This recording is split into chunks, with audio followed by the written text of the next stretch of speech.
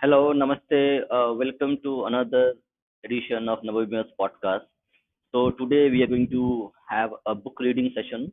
So today we are going to read a book, a well-known book, Arthashastra, and the author of the book is Mr. Shamasastry. Shamasastry is the person who actually found the Arthashastra manuscripts in the Mysore library. So today we are going to read his translation of Arthashastra by Kautilya. Uh, so let's see. We'll start reading the book in about few minutes. Let's see. People will come. So few people joining, and then we'll start the book. In the meantime, we going to read a specific chapter of the book. So let me just put the chapter here. So today we are going to read the chapter 10 relating to war. So, as we were already reading a few books on war and strategy, so previous week we had read the book by Mr. G.D. Bakshi on the strategies of war. So we thought, okay, and he also talked about the strategies and war related to Arthashastra and the way it is described by Kautilya. So we thought, okay, let's continue the series and read about more about the ancient ways of Indians fought wars and the way they strategize things. So we can see we have Nandish, we have Abhay Agarwal. Abhay Agarwal, namaste. So we have people are joining in. So let's give 30 seconds more. Few people would come, and then we will start reading the book. In the meantime, guys, thank you for joining. And if you have any other suggestions to us, do let us know. We will try to actually work on your suggestions. And by the way, we also have the physical copy not present with us, but we do have a copy, a PDF copy with us. So we'll be reading via the PDF copy. And one more thing, is the PDF text visible to everybody? Just let us know.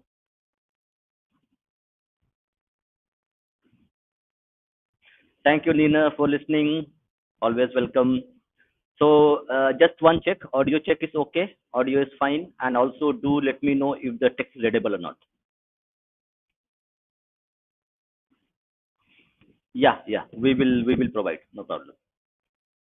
Admins at the back end, could you send the stream link? And now we will start reading the book, and the stream link will be posted by the backend admin. So if you want, you can join the discussion and also read the book if you want. So anybody who wants to read the book with us, you are most welcome to read it. Okay, so all good. So let's start reading. So okay, do anybody wants to know who was Kautilya, who was Chanakya, and what's about Arthashastra? So if you guys want, we can go through an introduction to itself, Arthashastra, and what it's about. Then we read the book, or we can just read the book and we can talk about Arthashastra and Kautilya a little bit later on, whichever is feasible. Yeah, we have the link posted by the admin. So if somebody wants to come, do join us. Now we will start reading the book. So this is the book 10 of the book 10 is about related to war. So let me go through one more thing. So we have Shekhar with us. Shekhar, welcome. You want to say something before we start reading, or नमस्ते दादा. yeah, Shekhar, you are yes, you are ordered. Namaste. Yeah, आवाज आ रही है बराबर? बिल्कुल बिल्कुल आवाज आ रही है. अच्छा, So रीडिंग चालू करें? you have this you want to read? Go ahead and read.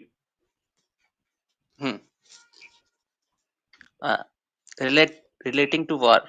Chapter 1, Encampment.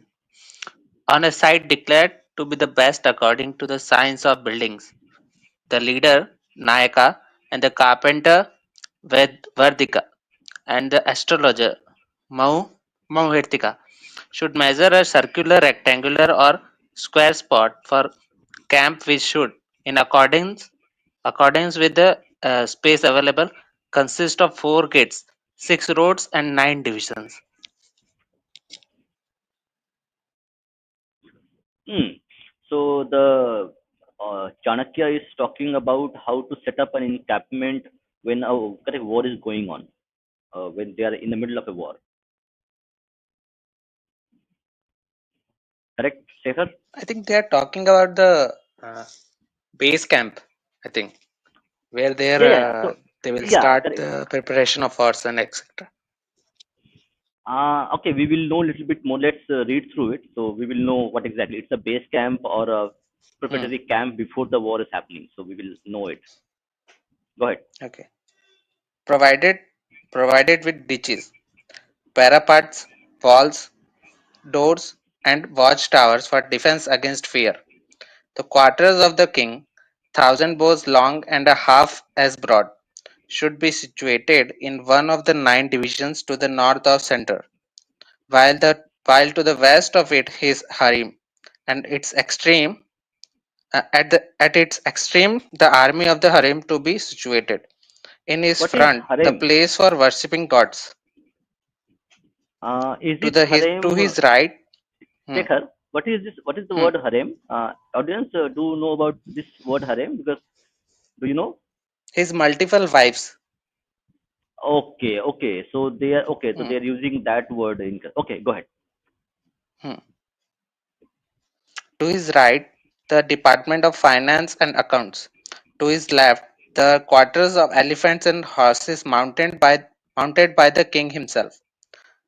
Outside this, at a distance of 100 bows from each other, there should be a fixed four cart poles, pillars, and walls. In the first of the 4 divisions, the prime minister and the priest should have should have their quarters. To its right, the storehouse and the kitchen. To its left, the store of raw products and weapons. In the second division, the quarters of the hereditary army and of horses and chariots. Outside this, the hunters and the keepers of dogs with their trumpets and with fire. Also, also with spies and sentinels. Also, to prevent this attack of the enemies, wells, mounts, and thrones should be arranged. The 18 divisions of sentinel employed for the purpose of securing the safety of the king should be changing their watches in turn. In order to ascertain the movements of the spies, a long table of business should be prepared during the day. Disputes, drinks, social gathering, and gambling should be prohibited. The system of passport should also be observed. The officer in charge of the boundary of the camp should supervise the conduct of the commander in chief and observance of the instructions given to the army.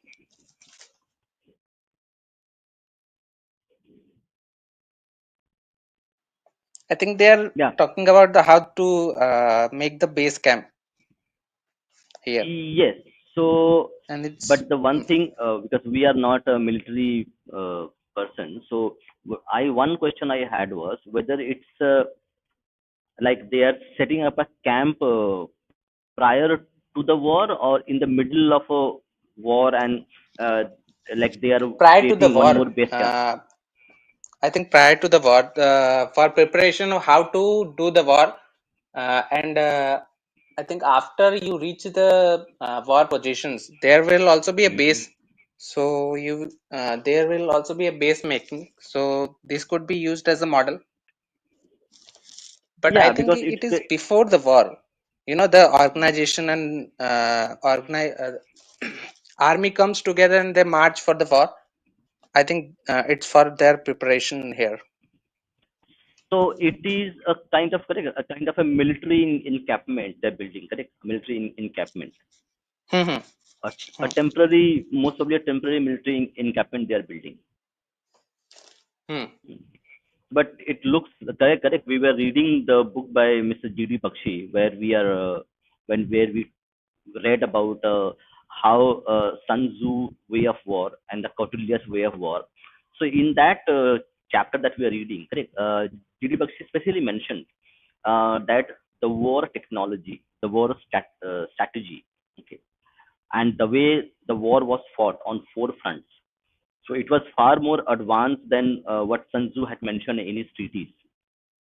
So that's why we thought it's very, very important whether what was Hmm. Mr. Judy Bakshi was talking about in terms of advancement, in terms of strategy, in terms of policy, how the war is being fought, the logistics of it, the infantry, the cavalry.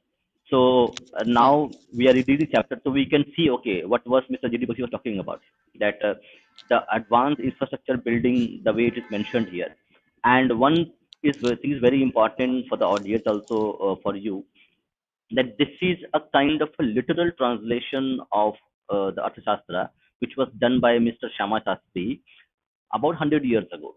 So he was the first person who found the original manuscript of Arthashastra, and he translated this as he saw it. He was a scholar in Sanskrit. So I think we are getting a almost first-hand account of what Kautilya wrote in his scriptures. Quite details also. It quite detailed. Everything from how far the things should be and how it should be arranged. I think for the art of war, Shunzu, I think he talks about policy mainly. No, I think he also talks about correct how to fight a war. Like how to fight a Yeah, war means. there will be that, but his major focus is the policy of the war, no? Yes. Okay. So I think you read correct. You read about the Sun Tzu's Art of War. So you may be able to give us a little bit more detailed comparison. Although we are not doing comparison, but it's important that we are doing a series in terms of war and policy. And we already compared the G.D. Bakshi's book, where we compared the Art of War book, its relevance, its technology, its advancements in terms of policy, and the way art of war and Kautilya's Arthashastra. So, what do you think? Like, what are the major differences between Arthashastra and art of war? I think mainly the how the war is fought or philosophy of the war. I think Mm-hmm. they are fighting for win only. Their Mm-hmm. their objectives of the war are the winning only, victory. Basically, there is nothing else. You can Mm. then they come the path to achieve the victory. Here, Got I it. think Arthashastra goes in a little detail on how to manage a state and warcraft. But on Yeah, Warcraft, I it's think statecraft. Statecraft. Sun Tzu's policy and philosophy is more in the way of battlefield rather than a statecraft. Correct, correct. So, like in Mm. statecraft, so Arthashastra talks about everything in terms of how to run a state, from finances to administration to war. Mm. But for Sun Tzu, it's only a book on how to fight a war or how to win a war. So that would Mm. be the primary difference in terms of the way it is, and that's why Sun Tzu's book would be a bit more advanced in terms of strategy and policies on war front. But for Arthashastra and for Kautilya, he would actually amalgamate the state policy, the finance, the way correct, the way it mentions correct, the way he mentions Mm. the spies who are there. He mentions about the perimeter. He mentions about the finances. So he is going to incorporate all the components of statecraft, from finance to administration to to land itself, and that's why he is going to be a holistic affair If in you terms of. want to understand Hmm, difference, think of it like hmm, this: the Kautilyan in the Arthashastra, the hmm, Kautilya talks about how to fight a war as a king. Okay, hmm, and Sun Tzu, from Sun Tzu perspective, he talks about how to fight a war from a general perspective, perspective, uh, Okay, an general of the army. army perspective, correct? Huh. Army general, how Hmm. would fight a war, correct? That's Hmm. very important. And he Arthashastra uh, talks about the viewpoint of the king and his viewpoint on the warfare and statecraft and etc. All the other things. So you will find a difference there. We have a question. In art of war, major focus is on technique, techniques of war, not policies, right? I think policy is there. So let's see. You cannot have like a techniques of war without a policy. Yeah, but the policy for a king, that a king needs to take care of its subjects, the peasants, the people who live in his kingdom. So the policies and the war, how and when he will fight the war, will depend on he needs to take care of the people who he governs, the land, the money, the forests, the crops, the people who are doing work. So I think in terms of policies, the way a king will fight a war and the way Arthashastra defines how to fight a war would be different in terms of policy. And in Sanju's Sanju's art of war, because it is from a general, from an army's perspective, how an army should win a war. So there would be a narrow view of how to win a war. So if they want to burn the whole burn the whole jungle, or burn the crops, or even kill innocent people, they will do it because they want to win a war. But a king cannot do that. A king will not go and like burn the fields, poison the water, kill innocent people, women. That he cannot do. So that would be the difference. But there would be a policy as such. Yeah, I think Shekhar, let's read along, and then we will also pause in case something is there.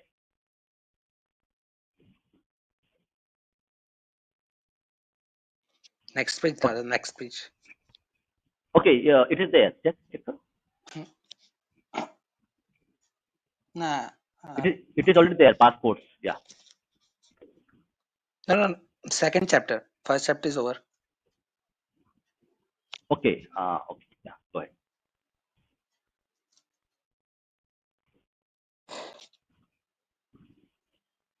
March of March of the camp and protection of the army in the time of distress and attack.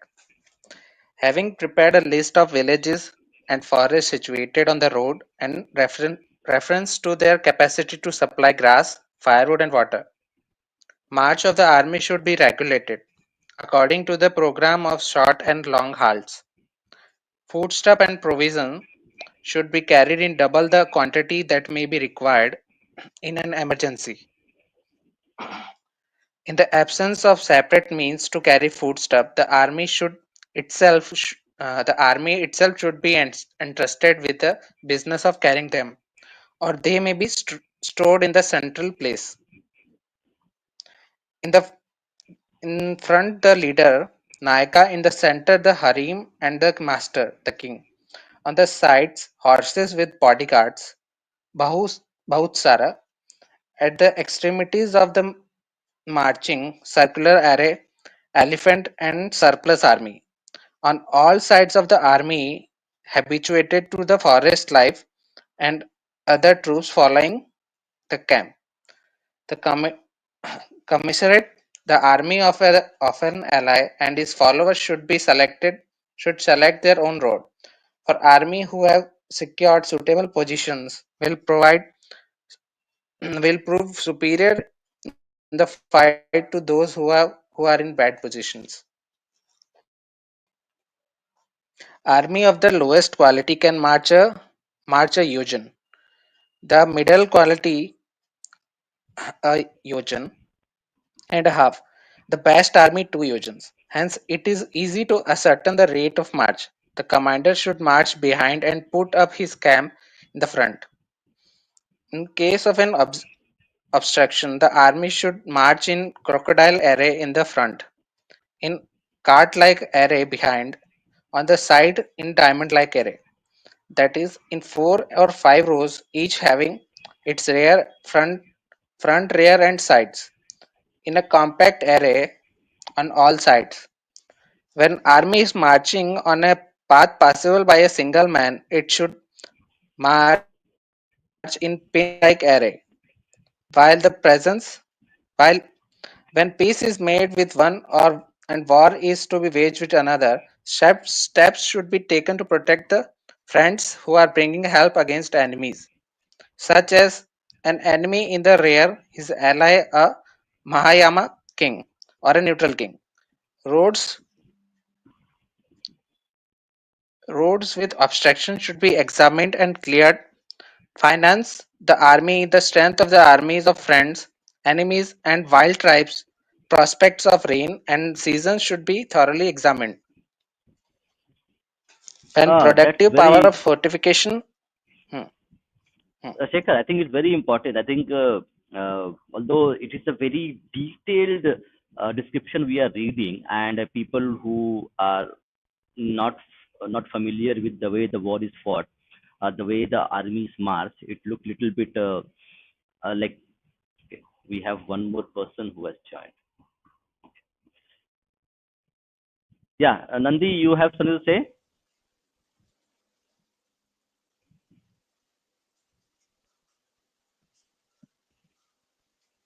Nandi, you want to speak? You can speak. Namaskar, Dada. Namaskar, So, namaskar.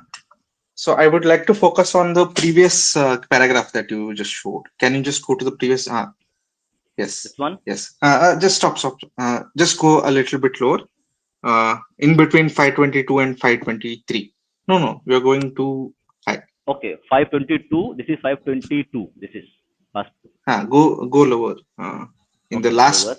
last line of Okay, 522. okay, So, okay. Here it is. a little bit lower so that I can see the both pages. So here, Yeah. specifically, Kautilya mentions about leverage. See, for armies who have secured suitable positions will prove superior in fight to those who are in bad positions. This is a very well-founded, even used in battlefields even now. Yes, yes. I think there are correct, Nandi. There is a U.S. Army College lecture series on Kautilya's way of Yes, yes, fighting a yes. war. Correct. So, although these wars, the treaty is thousands of years old, but the meticulous, the logic, and also the policies, because Arthashastra is an administrative book how to administer a, a state, a country in a, if you say today, it will be a country. So it encompasses every aspect of statecraft. It encompasses administration, finances, spy agencies, intelligence agencies. It also encompasses diplomacy. It also encompasses what we say, like administration itself across. So correct. So the state function would be their part of it. So I think it's a very, as is mentioned by Mr. G.D. Bakshi, that it is far more advanced in terms of the way the wars are fought. And so, like, this is something which is going to an age old knowledge, and it is still relevant today, because I had seen a lot of I have read a lot of military books, how the wars are fought. I have also watched programs where they discuss how the military would fight a war, how a military column, people would be moving, how to protect the column when they are a moving target. So, like, this is something which is an age old knowledge which is still relevant today, and it is still being utilized today by various armies. And the proof is that the US Military College has a series of lectures on this. And he mentioned that, okay, this is like the American military is learning how to fight a war from from Kautilya's Arthashastra, which is a 3,000-year-old book, or maybe more than that. Correct? Yeah. Nandi? So even if it's just like, you cannot just think it of as a book. It is very Hmm. battle hardened policies that were used in practical life, and so they were just documented how it should be done. Like these are tried and tested models of war. Yeah, because the war, correct, the war was kind of a, like as Hmm. we also read, I'll go back to Mr. G.D. Bakshi's book where you see the Middle Kingdom War, where the six kingdoms in China, they were in a perpetual war with each other over a 200 year period or 100-year period. Exactly, I don't know, but they were Hmm. in a perpetual war. And same thing was happening in Indian, as well in Indian subcontinent, where there were Uh-huh. states. There were states or kingdoms who would fight with each other. So this advancement of war technology, war policy, how to fight a war, was Hmm. developed over a time, because you are fighting constant war. So you need to have a standing army, you need to have the processes, you need to have the procedure, how the army is moved, how to provide food and water to the armies when they are moving, how to protect the columns when they are moving. So these were actually developed because you are fighting a war. So it's not Hmm. like that in peacetime you would have all these things. It may be there, but there's no incentive to do that. When you are in a Uh, perpetual war situation, you would have to develop those things over a period of time. Yeah, Nandi. mhm. Coming to the next paragraph, like he Mm-hmm. clearly mentions how fast the like with all the elephants and cavalry and foot soldiers and all the battle hardened soldiers, or even as they mentioned, associated with forests. There were special soldiers who are equipped to fight in forests. So even including all of Exactly. them, Yes, yes, yes, yes. like So many. terrain is very important. Yeah. Terrain, Hmm. terrain is very important. Terrain, like how to, like Hmm. if you're in a forest, how to behave in a forest. If you are in a open field of plains, how to behave in that open field. So we will read more Yeah. about this. We have a lot of books which are there, and also we will read some as well, some papers Yeah. based on Kautilya's Arthashastra and its use. Yeah. So Anything else, the rate Nandi, of you want to say? yeah, Hmm. the rate of march I wanted to highlight. The Hmm, rate hmm, of hmm, hmm. march is dependent on the quality of the army. Ah. So the lowest quality of the army just marches like around 5 to 5, like 5.5 a mile Eight per day. kilometers, Yeah, roughly eight eight to kilometers nine per day kilometers. in that day. Hmm. Hmm. The two lowest of quality. Middle of the quality, almost yojana and a Middle half. will be around 12. Yeah, Hmm. 12, around 12. Yeah. Hmm. I mean, the best the best army about two yojanas. That would be around how much? 17 Uh, to 18 kilometers roughly. yeah, that's a marvel at that time to move at that speed and march. Yeah, even Yeah, in and the 17th or 18th century, the top march was something like 20 to 25 kilometers. Hmm. That too, when they don't have much of a armor in the Hmm. those times, they only have to carry guns and some foodstuffs with them. Hmm. Maybe a foodstuff is generally carried by the staff members, different staff members. So when an army marches, it's not just the army; it's almost a mini city moving. So it carries like all the kitchen staff and all the merchants around it. It's almost a small economy moving around. yes, but one thing, Nandi, and to Shekhar, what do we Hmm. exactly mean by the quality of the army? Like, what does they mean?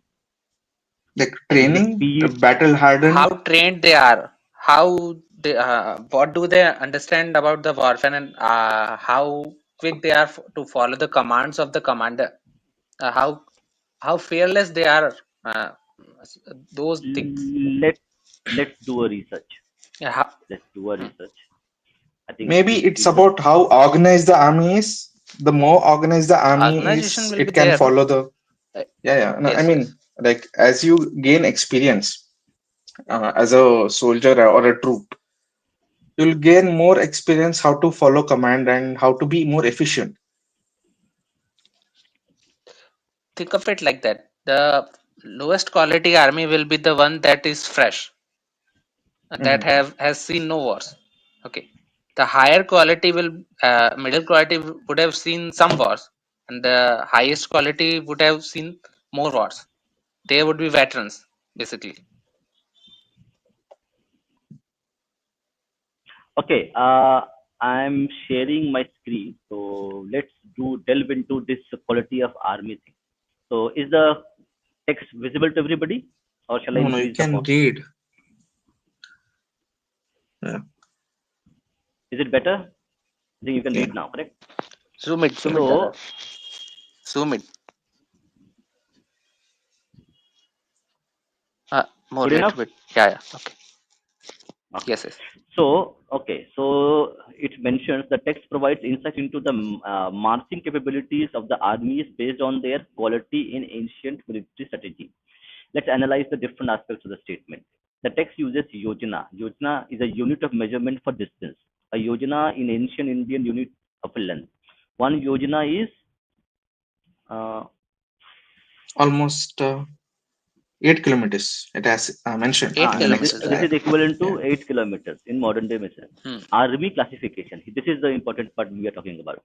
Marching capability, one yojana per day. Distance covered approximately is 8 kilometers a day. Okay.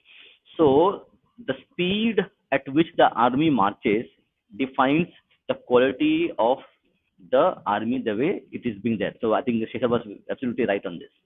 Middle quality. Hmm. Let's see more about it. Okay. So the marching speed serves as an indicator of an army's overall quality, reflecting several factors. Physical fitness. Faster marching speed suggests better conditions of conditioned soldiers. Discipline. Higher quality armies likely maintain better formation and order during marches. Equipment. Superior armies may have lighter or more efficient gear, allowing for quicker movement. Better trained soldiers can maintain a faster pace for longer periods. Logistics.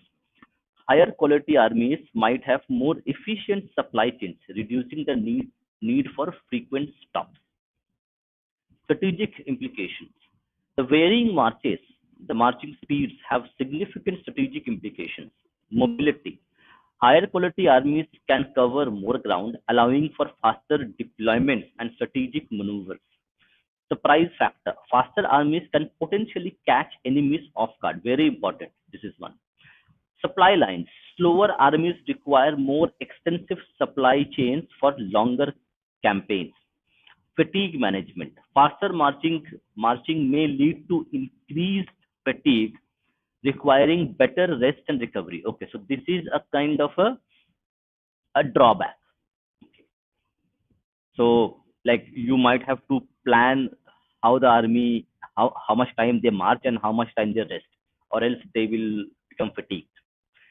This classification system suggests a sophisticated understanding of military logistics and strategy in ancient India. It demonstrates that military planners were acutely aware of the importance of an army's marching speed in determining overall combat effectiveness and strategic capabilities. Very interesting. So, as we are reading this book, so this is something which is very important. That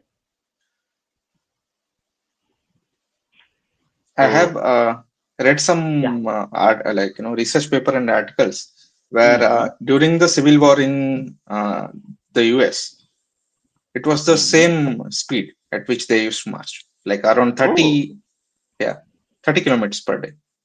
Like because they didn't have vehicles yet, like to mass transport. Uh, got it, got it. Yeah, that's very, very interesting the They way also it is had roads, there. no, to facilitate mhm. the marching. Yes, yes.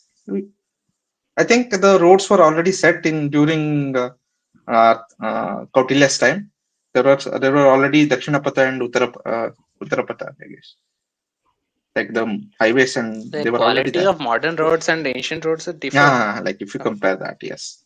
Yeah, Hmm. you also need to compare, correct, in terms of correct vehicles. So they were using horses and no, not horses. I think they were using what elephants as, so that will be speed will be less. And even correct Hmm. in the Civil War, in American Civil War, were they using like motor vehicles? No, no, not I yet. think exactly. So that's why correct, because it's like a human movement.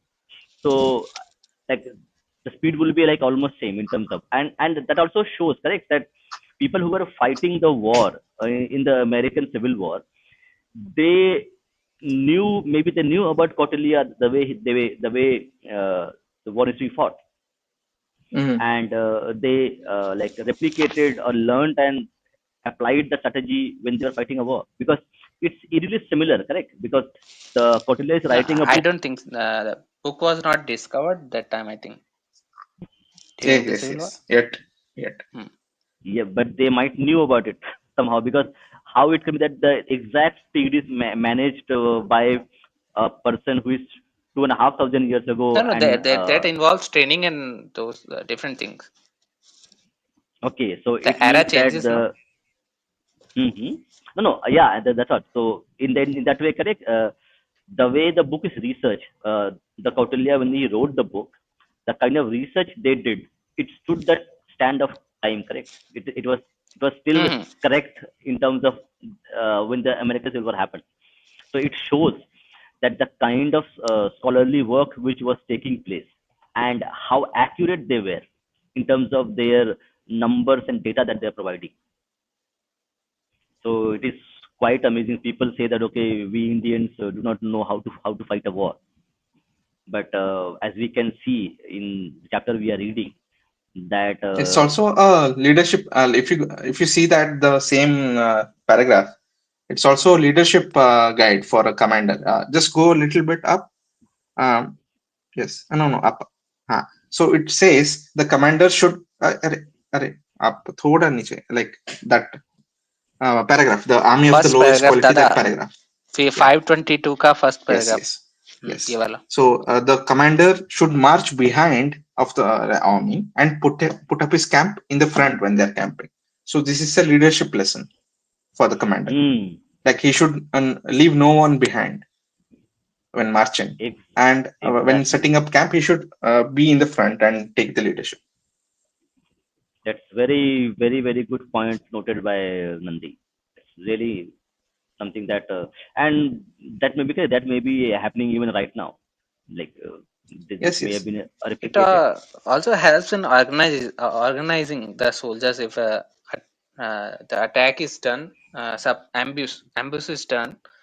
If hmm, the commander is in the front during the camp, he can command the soldiers. yes. Exactly. So he can actually call on the soldiers to actually, I will be there and come behind and fight, because he cannot command the soldiers in case he is behind. He cannot give instructions. He can give instructions only he is at the Hmm. leading at the front. So it makes sense that in terms of He will be also able to logically, organize them. Hmm. yeah, also correct, also instructions, correct.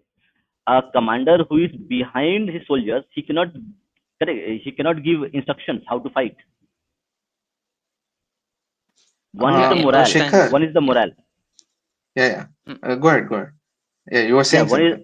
one is the morale of the army, that okay, my leader is fighting, the first one who is fighting, and second is the correct logical aspect of it, that if he is in front of his like front of the column, then he can give instructions how to fight, where they should go, and if he's behind, then he cannot, and nobody will know what I need to do, because the chain of communication is very important in terms of fighting a war. A soldier needs to know exactly what I need to do, what instructions I have received, and how to follow it, and how to again get the next instructions. The communication is a very vital part of fighting a war. So at that time, when you don't have telephones or other things, it would be like something very important that the commander is in front and he is instructing them how and when to attack. That's the most important thing. Shekhar, I have a question for you. When you're reading the next paragraph, does it like when he says crocodile array, does it mean vyuha that used in Mahabharata? Like like a diamond like array, diamond, No, no. I Vajra think he's Vyuha. talking about the length of the sorry, breadth of the army. You know, No, I think it's make a it shape of the army. make the breadth smaller, so Hmm.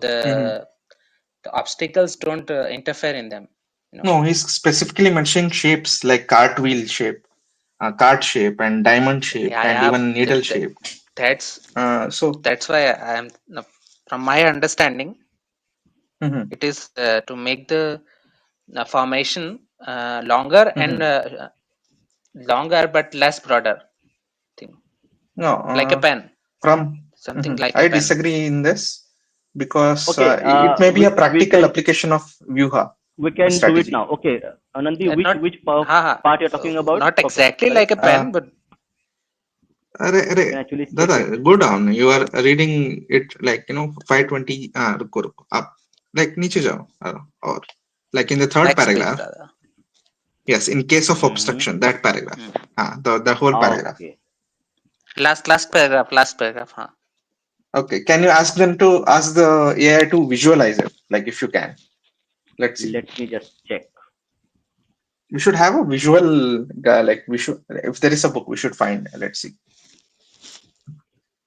As far as I am concerned, I think he's talking about the obstacles, how to avoid them. How crocodile move, Hmm. like that. Yeah, There's the also suggestion. Okay, something I noticed we here. also have Abhay Agarwal has joined. Hi Abhay. नमस्कार दादा. नमस्कार नमस्कार. कोणत्या बाबतीत? एकदम ठीक. अच्छा. So now, hold down, brother. okay. Okay. So Abhay, you have something to say till I do the searching on regard to crocodile array. Yeah, you can continue with your searching. Hindi बोलने से चलेगा ना? ये आप हिंदी अंग्रेजी? बोलो ना, कोई दिक्कत नहीं, हिंदी बोलो ना. हाँ, थोड़ा हिंदी इम्पोजिशन करना पड़ेगा. ऐसे कैसे चलेगा? तो तो मैं कह रहा था कि एक बात यहाँ पे बहुत अच्छे से पता चलती है कि शोध कार्य का क्या महत्व होता है. मौलिक रूप से शोध कार्य करने का. यहाँ पर चाणक्य ने कितना शोध किया होगा ये लिखने से पहले. आजकल जो हिंदू जो पक्ष है वो शोध कार्य करना भूल गया है और केवल पश्चिम के विचारों को ज्यों का त्यों लागू करने का प्रयास करता रहता है. पर यहाँ पर देखिए कि उन्होंने कितने गहराई से अपने समाज को लेकर और सेना को लेकर बहुत गहराई से शोध किया. तो मेरा ये एक सामान्य सा बिंदु था इसको लेकर के अभी के लिए, और नहीं, उसी को लेकर यहाँ पर हम चर्चा कर रहे हैं. आपका ये हाँ, बिंदु बोलिए बोलिए. बहुत ही महत्वपूर्ण है. आपने ये बिंदु ढूंढा है क्योंकि इसीलिए हम लोग ये किताब पढ़ते हैं, क्योंकि अगर हम अकेले पढ़ें तो ये बिंदु हमको पता नहीं चलेगी. तो ये बिंदु बहुत ही इम्पोर्टेंट है और बहुत ही आज के समय के लिए बहुत ही रिलेवेंट है. ठीक है. क्योंकि हम देखते हैं कि जो शोध करने की हमारी जो इच्छा है, जो समय है, वो हम नहीं दे पा रहे हैं. हम लोग सिनेमा देखने में, खेल कूद में, इंजॉयमेंट में ज़्यादा टाइम कर रहे हैं और जो चीज़ें हमको चाहिए जानने के लिए वो हम नहीं कर रहे हैं. तो वो एक बहुत ही इम्पोर्टेंट विषय है जो आपने उठाया है. इसीलिए हम लोग ये प्रोग्राम कर रहे हैं कि हम ये किताब पढ़ रहे हैं, हम उसके बारे में जान रहे हैं, उसके बारे में चर्चा कर रहे हैं, ताकि लोगों को ये पता चले कि हाँ भाई ये भी चीज़ें इंटरेस्टिंग है. तो हमारा इस कार्यक्रम, हम जो ये ब्रॉडकास्ट कर रहे हैं, इससे हमारा यही उद्देश्य है कि किताब पढ़ना एक बोरिंग नहीं, एक इंटरेस्टिंग एक्टिविटी बन जाए जहाँ पर हम अपने विचार एक्सचेंज कर रहे हैं, अपने विचार शेयर कर रहे हैं. तो शेखर, जो आप बोल रहे थे कि क्रोकोडाइल एंड ऑल्सो नंदी, कि क्रोकोडाइल एरे क्या होता है, कार्ट लाइक एरे क्या होता है. तो marching formation. Nandi, go ahead. Go like crocodile array. That means used at the front when okay, at the when facing obstructions. Cart like नीचे करो, array इस when पर कुछ employed. लिखा नहीं यहाँ पे. It's the same Information thing. नहीं है. Go down. Yeah, it's the same thing. They have Information नहीं है, नीचे करो. rephrased. Yeah. No. We can actually find out, no problem. Let me do a detailed search on this. I also noticed something. Nandi Dada, Mm-hmm. Mm-hmm. ye, uh, if you read the different books, they don't very much talk about the statecraft things like Arthashastra. In Mm-hmm. Arthashastra, Kautilya talks about how to conquer a territory and how to maintain it. Most of the time, I have found that all the books talk about how to conquer or how to do wars. They don't know how to maintain the territory that they have conquered. Mm-hmm. Mm-hmm. Yeah, yeah, yeah. It even is visible in their, in long term. Like they cannot maintain the territory they conquered. Yeah, yeah, like If you हाँ see, example इसीलिए of Delhi Sultanate, they can maintain the territory they have, uh, whatever they have done with the territory. even if you see Alexander, he has conquered so many kingdoms. But what was the end point? हाँ Like इसीलिए his देखो yes. हाँ Empires Go were ahead. बोल रहे his Go थे ahead. पूरा कर generals. Low Let's see. I am just trying to find out हाँ तो a better मैं analysis of कहना this. मैं एक ही बात कहना चाहूंगा इसीलिए आप देखते हैं कि जहाँ पर केवल अ, विजय पाने की बात होती है वहां पर विकास नहीं होता है ना तो जनता का विकास हुआ है ना विचारों का विकास हुआ है ना बौद्धिक विकास हुआ है ना आध्यात्मिक Mm-hmm. विकास हुआ है आप भारत में वो सब कुछ देख पाते प्राचीन काल में भी कि बौद्धिक आधार पर Okay. विकास हुआ है काव्य का विकास हुआ है That I तो found the crocodile Areka thing. Mm-hmm. I think we have it here, Okay. correct? We have this. Yes, Okay, you yes. are showing Wisdom something. library. It has detailed about these things. So the crocodile array, as described in Arthashastra, is a strategic formation of armies facilitating organized movement, especially in narrow and constrained spaces. Additionally, like the Purana defines it as a formation designed to confront potential threats in the front, like taking on a shape reminiscent of a crocodile. So I think it's taking like the whole army formation, taking the shape of a crocodile. Okay, that's interesting. This Mm. formation underscores the importance of tactical arrangement in military operations, enhancing maneuverability and preparedness against dangers, so that they can attack the danger from all sides. Yeah. So Mm. Kautilya's Arthashastra and even Shishupala Vadha's like study also mentions this. There is also a formation in Agni Purana about this. So formation for marching designed to address potential dangers at the front. Even Agni Purana mentions about this crocodile formation. That is really, really important. So it means that correct. So you have the Puranas correct after the Vedas, which were correct were written. Mm-hmm. So you have Vedas, and then you have Upanishads and Puranas, which were written. And we can also see correct in the Vedas that are written. So the Vedas talk about wars fought between Indra and other people. So we see war as a kind of a like motif in terms of the way the story goes or the way people were living. So fighting with each other was a kind of a constant activity which is going on. Mm-hmm. So Mm-hmm. so the advancement in terms of war technology, how the army functions, Mm-hmm. how to fight a war, is something which Mm-hmm. is kind of normalize the way humans behave, right? Because Mm-hmm. the way we are. Mm-hmm. So it's interesting that okay, it's maybe whatever Kautilya has written, it may have already been a known knowledge prior to him as well, and Mm-hmm. he just documented it as well. Because if it's there in the Puranas, and also we know that wars were taking place, also fighting with groups, which happening in Vedas. So Mm-hmm. it may be that okay, Kautilya may have like other people who were prior to him already knew what was like how to fight a war, and he documented a few things. Shekhar, are you familiar with Are you can you read this? This is the transliteration of Arthashastra in its original form. I think Abhay can also read it. I can read Abhay would. Like yeah, yeah, अभी तो कर सकते. अ, मुझे तो ये English transliteration पढ़ने में दिक्कत होती You want a okay, Hindi okay. one? Like in हाँ, Devanagari. देखता हूँ कैसे पढ़ पाता हूँ।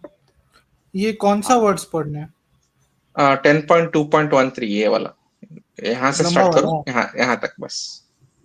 Nandi, you अच्छा, can copy and give it to me. I'll find the Hindi. I think you can also search it there. You'll get it actually. The Hindi one. Okay, I'll just The Devanagari one. okay, I'll just start. Yeah. आश्रयकारी। Wait a minute. I'll just find you the, yes, Hindi, like Sanskrit.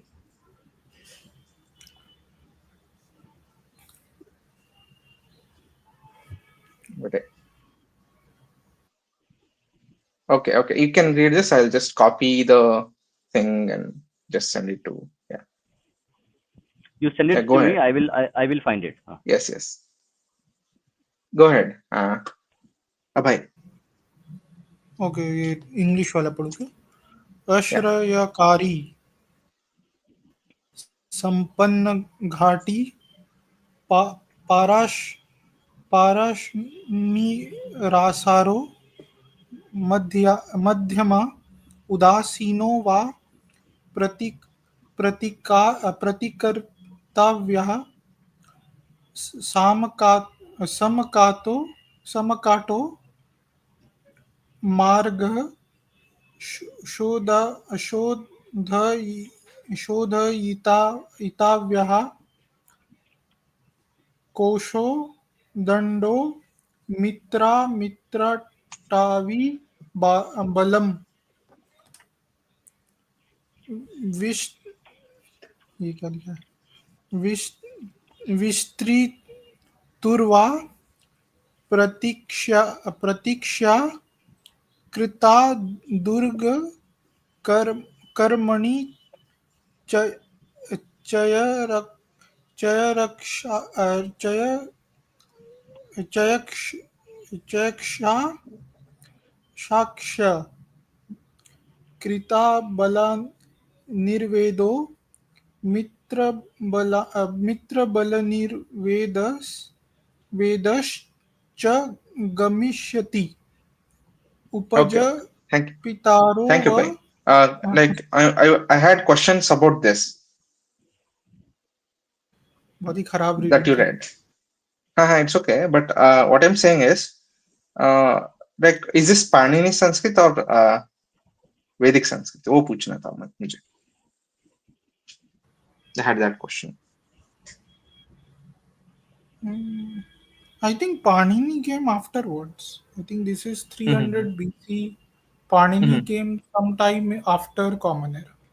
That's what I know. Mm-hmm. Okay, I Okay. am sharing the screen. I got the original Sanskrit text and also translation as well. So here we might get a better understanding.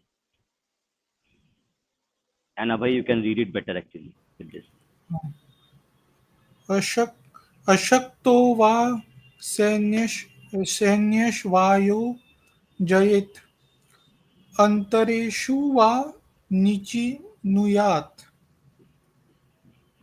फिर क्या है? So this sutra from the ancient Indian treatise on statecraft, the Arthashastra, attributed to Kautilya, also known as Chanakya, Sutra number 10.2.03, indicates from the 10th book, second chapter and third sutra. Translation and meaning. The sutra can be translated as, if unable to march in formation, he should deploy the troops in the army, or gather them in the intervals. Okay, analysis.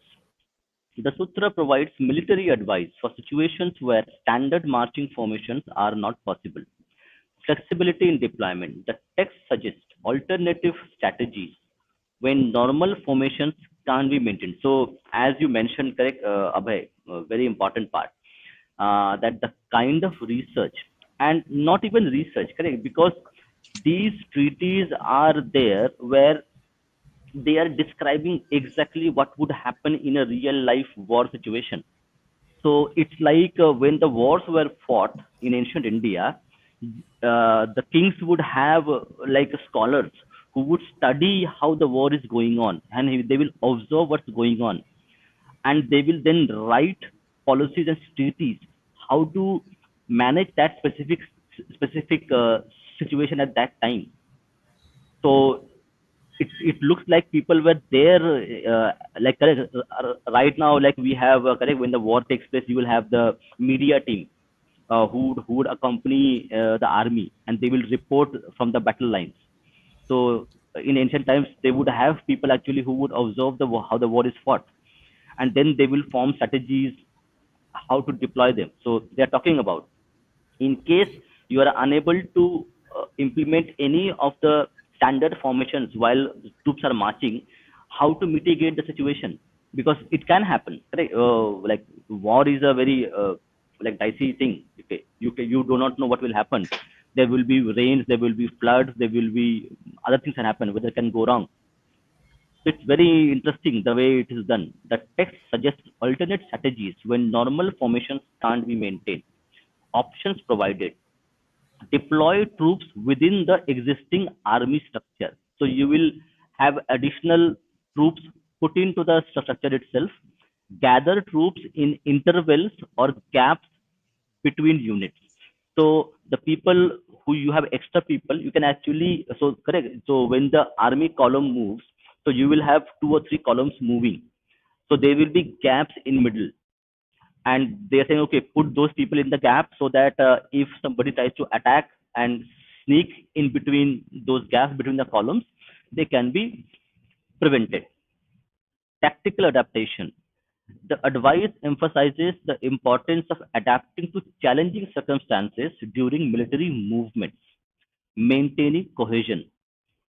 Suggested actions aim to keep the army organized and effective even when ideal formations are not feasible. This sutra demonstrates the practical and flexible approach to military tactics in ancient Indian warfare, emphasizing the need for commanders to adapt their strategies based on situation at hand. Practical way of dealing things. Whatever you learn at the military school or by reading a book, when the real things comes up, it might not work, it might not be the thing you are taught, then how you deal with those things. So here I think it is very important that they are also giving like out of syllabus things. If something comes out of syllabus, how to handle that. Nandi, Yeah, correct? looking at all these things, I think it's Hmm. a like false narrative that has been set around that Indians don't document things. Exactly. You hit the nail on the head. ये बीमारी बाद So, में आया वो, कि हम लोग अपना डॉक्यूमेंटेशन नहीं करते थे और आर्काइवल नहीं करते थे। ये बीमारी मुझे लगता है बहुत बाद में आई है। और mhm. इससे पता चलता है कि यहाँ पर ऑन ग्राउंड रिसर्च चल रहा है। ये खाली Exactly, exactly, पुस्तकें पढ़ के नहीं exactly. किया गया है, जो Hmm. चाणक्य ने लिखा है। ये पूरा धरातल पर उतर कर जो चल रहा था उसको पूरा अभिलिखित किया गया है। ये ये जैसे अंग्रेज करते थे शोध कार्य, वैसा ही कार्य है। उससे भी उच्च कोटि का Ex- हो सकता है उस समय के लिए। exactly, exactly. So Let's that's move what. back to the book. Like, Yeah, just show the book. Yeah. I am एक just एक moving बात मैं moving कहना on. चाहूँगा, यदि ऋषि आप आना चाहते हैं संस्कृत पढ़ने के लिए तो कृपया आ जाइए। यहाँ नहीं तो फिर यहाँ पर हम लोग संस्कृत की स्थिति खराब कर देंगे। और दूसरी बात ये भी है कि वो कह रहे हैं कि पाणिनि ये पाणिनियन संस्कृति है जो है। अच्छा, बहुत अच्छी बात है. Okay, I think the book is shared. Book share हो रहा है. Yeah. So Zoom a little bit. hold on, let me Yeah. zoom it. Okay. Is good. Yeah. So I was talking about this paragraph. So we have Obstruction. different formations for all Mm-hmm. different kinds of wars. Right. If you see Napoleonic wars, they were moving in Mm-hmm. contingents, not in formations. Like, even if there was like formations, it would be very basic. Hmm. Correct, correct, correct. The You're Europeans absolutely right. didn't use any type of formations from the starting, Yes. uh, uh, wherever their civilization started. They didn't use formations. Formations were a specialty in the East. Chinese used the formations. Korean used. I don't know about Japanese, but Southeast Asia also used formations, and Indians also Mhm. used this. Europeans पर didn't use that. पर ये क्या हम ये They कह didn't सकते हैं have कि the. I think they didn't have the men to form the formations. They were very uh, low populated, low populated areas. हाँ, पर हम ये कह सकते हैं कि यूरोपियाई ने जो बहुत बढ़िया काम किया वो है कि अपना शस्त्रों का जिस प्रकार से विकास किया, उसकी प्रौद्योगिकी का, मतलब टेक्नोलॉजी का बहुत अच्छा विकास किया अपने शस्त्रों का, वहाँ वो जीत गए, मुझे ऐसा लगता है। नहीं, Also, मैं that's इससे मैं because, yeah, yeah. हाँ नो नो हाँ, आई बोलो बोलो, थिंक आप बोलो. It is not totally true. बात होती है कि correct, like every invention is a need based thing. तो अगर आपके पास सोल्जर्स हैं, ठीक है, तो आप शस्त्र उतना इस्तेमाल नहीं करोगे, क्योंकि आप जो भी रिसोर्स आपके पास अवेलेबल है आप उसका इस्तेमाल करोगे। तो एक एक ये है ना कि स्कार्सिटी और lack of resources will force you to invent something new. कि अगर आपके पास कुछ नहीं है तो आप उससे कुछ नया बना लोगे। हाँ, वही लेकिन आवश्यकता ही आविष्कार की जननी है बोलते हैं। एग्जैक्टली तो यही होता है कि अगर, क्योंकि हम भारत बहुत समृद्ध था इन terms of land, in terms of people, तो हम लोग बहुत ही समृद्ध एक भूमि थे, उसमें बहुत सारी चीजें अवेलेबल थी। तो उसमें क्या होता है कि इंसान थोड़ा सा, मतलब we become lazy, and that's human nature how it works. तो बहुत से टाइम पे ऐसा होता है कि scarcity is something which is a blessing in disguise. आपको लगेगा कि हाँ भाई मेरे पास बहुत सी समस्याएं हैं, तो मैं सही नहीं हूँ या मुझसे कुछ गलत हो रहा है। पर हर समय वैसा नहीं होता है कि अगर आपके पास कुछ नहीं है तो आप कुछ से नया बना लोगे, and that in long term will actually help you. The same thing happened, correct. The Europeans did not have a lot of resources and man power, so they developed weapons which would actually enable the soldier to be better efficient at fighting a war। And हमारे पास वो already थी तो हमने उस पर invest नहीं किया। तो ये भी एक चीज है Nandi. Also, the gunpowder thing. It's a need based thing. It was like imported into Europe by China, from China, and most of the European structures and forts were destructible through cannons. But not it. It was not always the case for Indian forts. So, like the cannons were used to defend than attack Indian forts. Even though, like I would say, like the foreigners who came into medieval India through trade of these Firangis. So they are still called. They were still called Firangis because of that reason. Ah, that's interesting. Like the Portuguese and The Spanish soldiers who came into like the cannons can be technicians. used in interior of Indian Sorry. subcontinent. No? The terrain doesn't support cannons Yes, yes. basically. European But continent usually the mainly is cannon was used flat. in a plain field, and whenever in a higher position, if you have a fort or a hill to defend rather than attack, because of the terrain reasons. Kaf, I think we are having a quite a good discussion and we are learning quite a lot of things, correct? Because The, if we have read this on our own, we may not able to know all these things. Also, I there is a think problem that Shakati I is saying. detected in the Mm-hmm. strategic uh, places where the forts are placed. After the 12th or 13th centuries, wherever the forts were placed, they were not strategically located places Mhm. where they supported something or defended some place. They were placed generally based on convenience, as far as I have Mhm. seen. Like Why it is so? the Why, cities also, they what were prompted? placed on convenience basis only. Like Aurangabad hai, the Mm-hmm. Maharashtrian, the Sultanate, which were there. Their capitals were placed very bizarre way. They were not based on their prior capitals. The capitals prior to their sultanates, they replaced them and placed somewhere else. Like Sultanates are a the different thing. Hampi was When we are abandoned. talking about No, Hampi medieval was also era, abandoned. No, Yes, Hmm. yes. Hampi, there was They already a didn't, kingdom near continue Hampi the. called Anegundi. Hmm. So the local chieftains moved there than being in Hampi. But Hampi was a strategic place That what because it I'm was on saying the is banks of they a river. didn't have the strategic vision.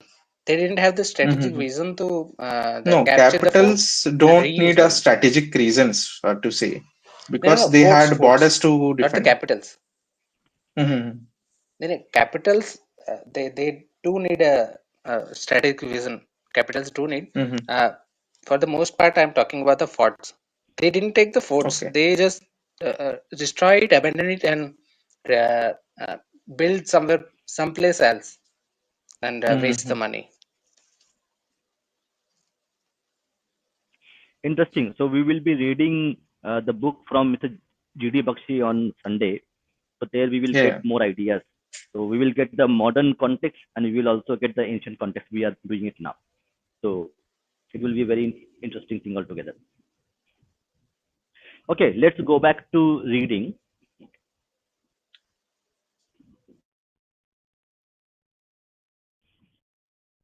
Okay, so where we were Next paragraph. दादा the ऊपर he गया. should.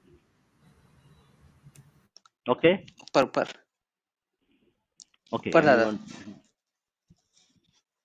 This one, ऊपर ऊपर. Last page. last page or last paragraph. 24, 24, Okay, 24, 24. Okay, 524, chapter 3. 524 दादा. 524. 20, oh, 26. I went to 26. Here it is 24. Yep, here it is 24. Last paragraph. Yep. Last paragraph. Yeah. थोड़ा ऊपर. Mm-hmm. ऊपर ऊपर. हाँ बस. When the protective power of fortification and stores of the enemies is on its decay, when it is thought that distress of the hired army or of a friend's army of the enemy is impending, when intrigues are not for a quick march, or when the enemy is likely to come to terms with the invader, slow march should be made. Otherwise, quick march should be made. Water may be crossed by the means of elephants, planks spread over pillars erected, bridges, boats, timber, and masses of bamboos, as well as by means of dry gourds, big basket covered with skins, rafts, kandika and vainika. When the crossing of the river is obstructed by the enemy, the invader may cross it elsewhere, together with its elephant and horses, and entangle the enemy in a ambushed satra. He Very should interesting. protect his army Yeah.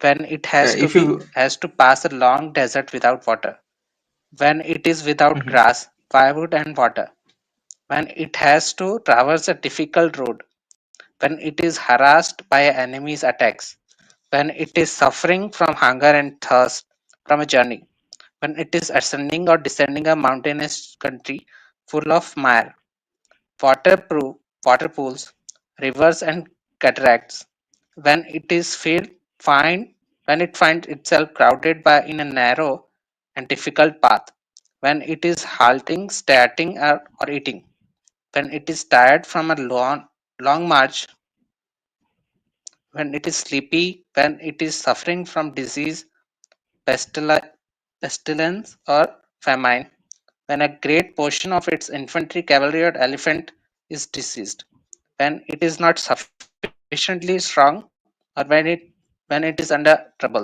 He should destroy the enemy's army under such circumstances. When Hmm. the Yeah. enemy's So, army is marching through a path traversable by a single man, the commander of the invading army should ascertain its strength by estimating the quantity of foodstuff, grass, bedding, and other requisites, fire post, flags, and weapons. He should also conceal those of his own army. hmm. Keeping a mountain or river fortress with all its resources at at his back in his own country, he should fight or put up his camp? Yes, that That's answers your very question. interesting. So this actually ends the chapter, the As march of the camp. uh, Dada, if we can Yeah. discuss this chapter. So, if you Yes. see Yes. Yes. the diversity of the geography of Exactly. these armies that fought in, it was Yeah. almost like as all of the subcontinent is mentioned, Yeah. It mentions deserts. It mentions rivers. It mentions jungles. It mentions grasslands. and So like, mountains. yeah, and mountains. So correct. So it's like uh, the warfare going on between states where like they were moving into correct, like in mountains they were fighting, the grasslands, Mhm. plains they are fighting, jungles they are fighting. So like the armies would be like battle hardened to like fight in any terrain that are there. Mhm. So it means that the Mauryan kingdom were actually fighting wars on the mountains, on the deserts, and on the jungles.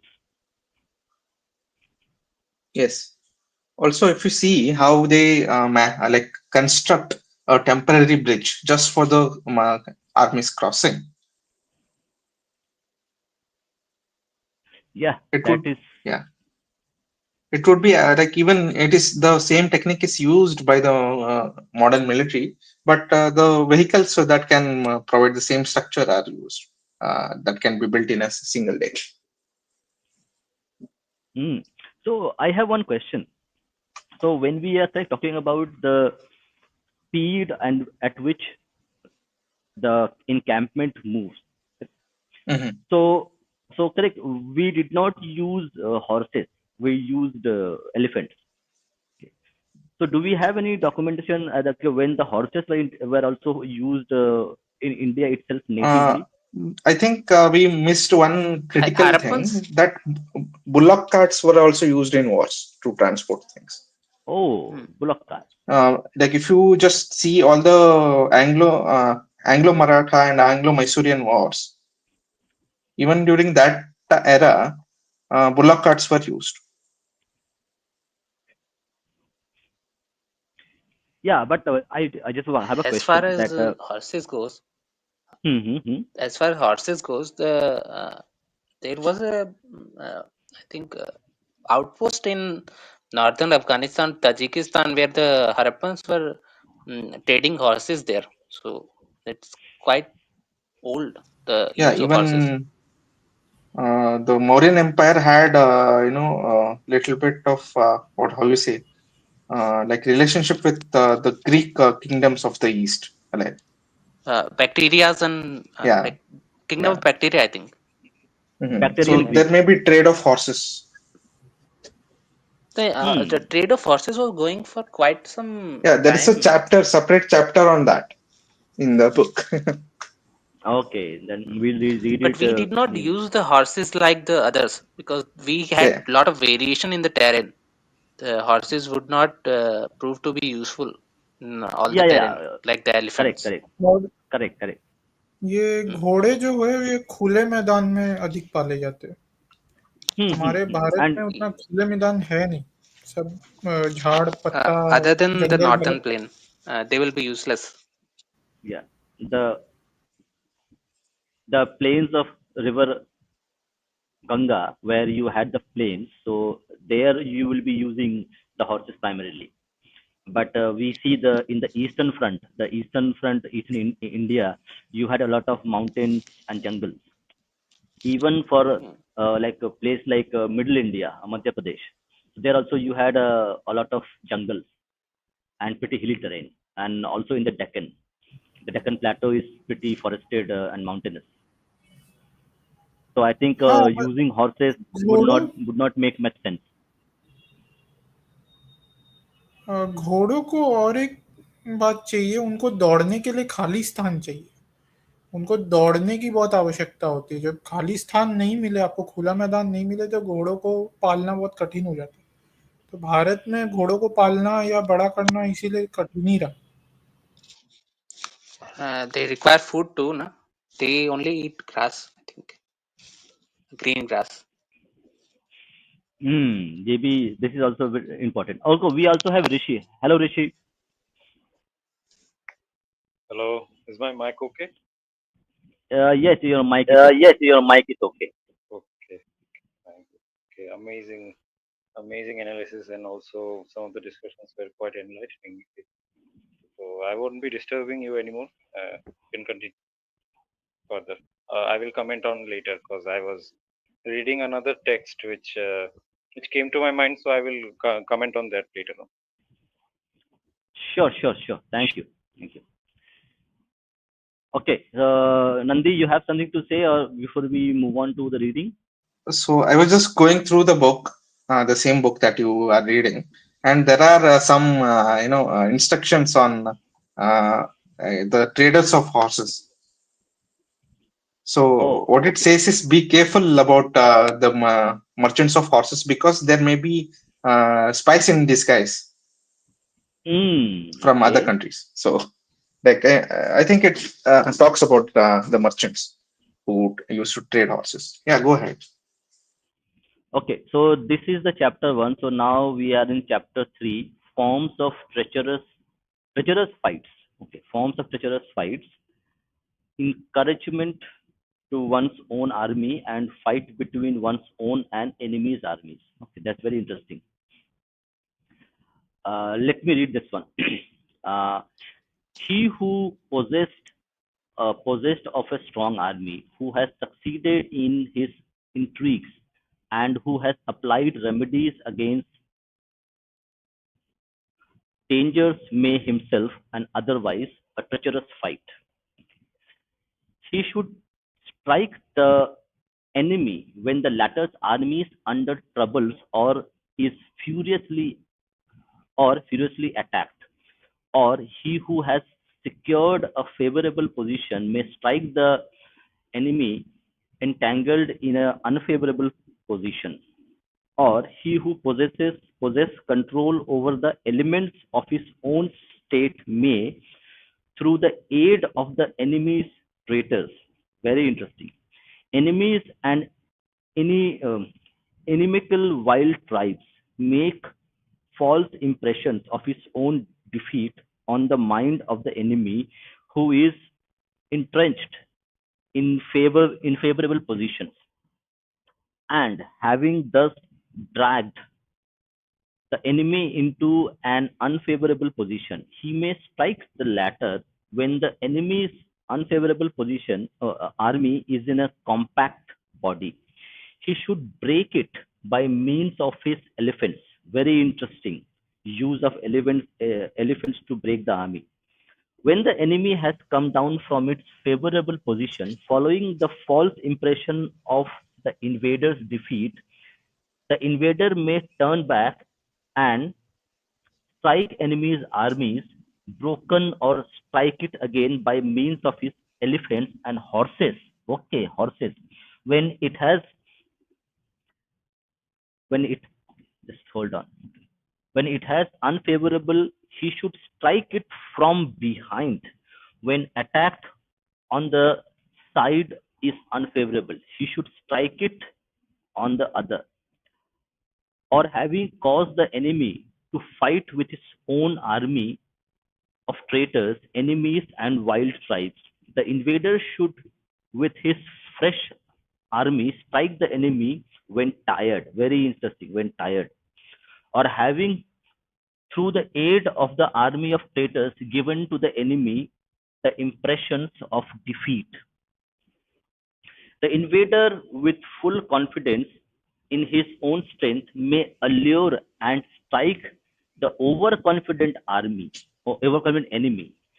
Or the invader, if he is vigilant, may strike the careless enemy when the latter is deluded with the thought that the invader's camp, merchants, camp, and the carries have been destroyed, or having made his strong force look like a weak force. He may strike the enemy's brave men when falling against him, or having captured the enemy's cattle, or having destroyed the enemy's dogs. Hmm.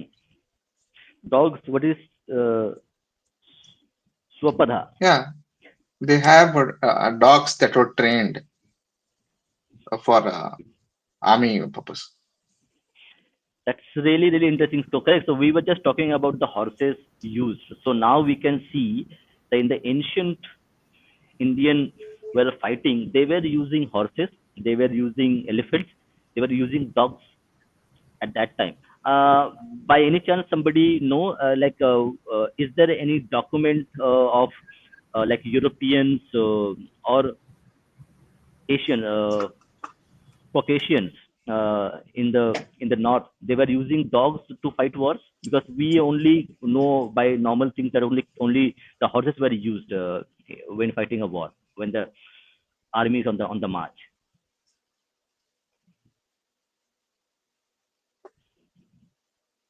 Nandi, do we? Not that I've heard of, but let me just check.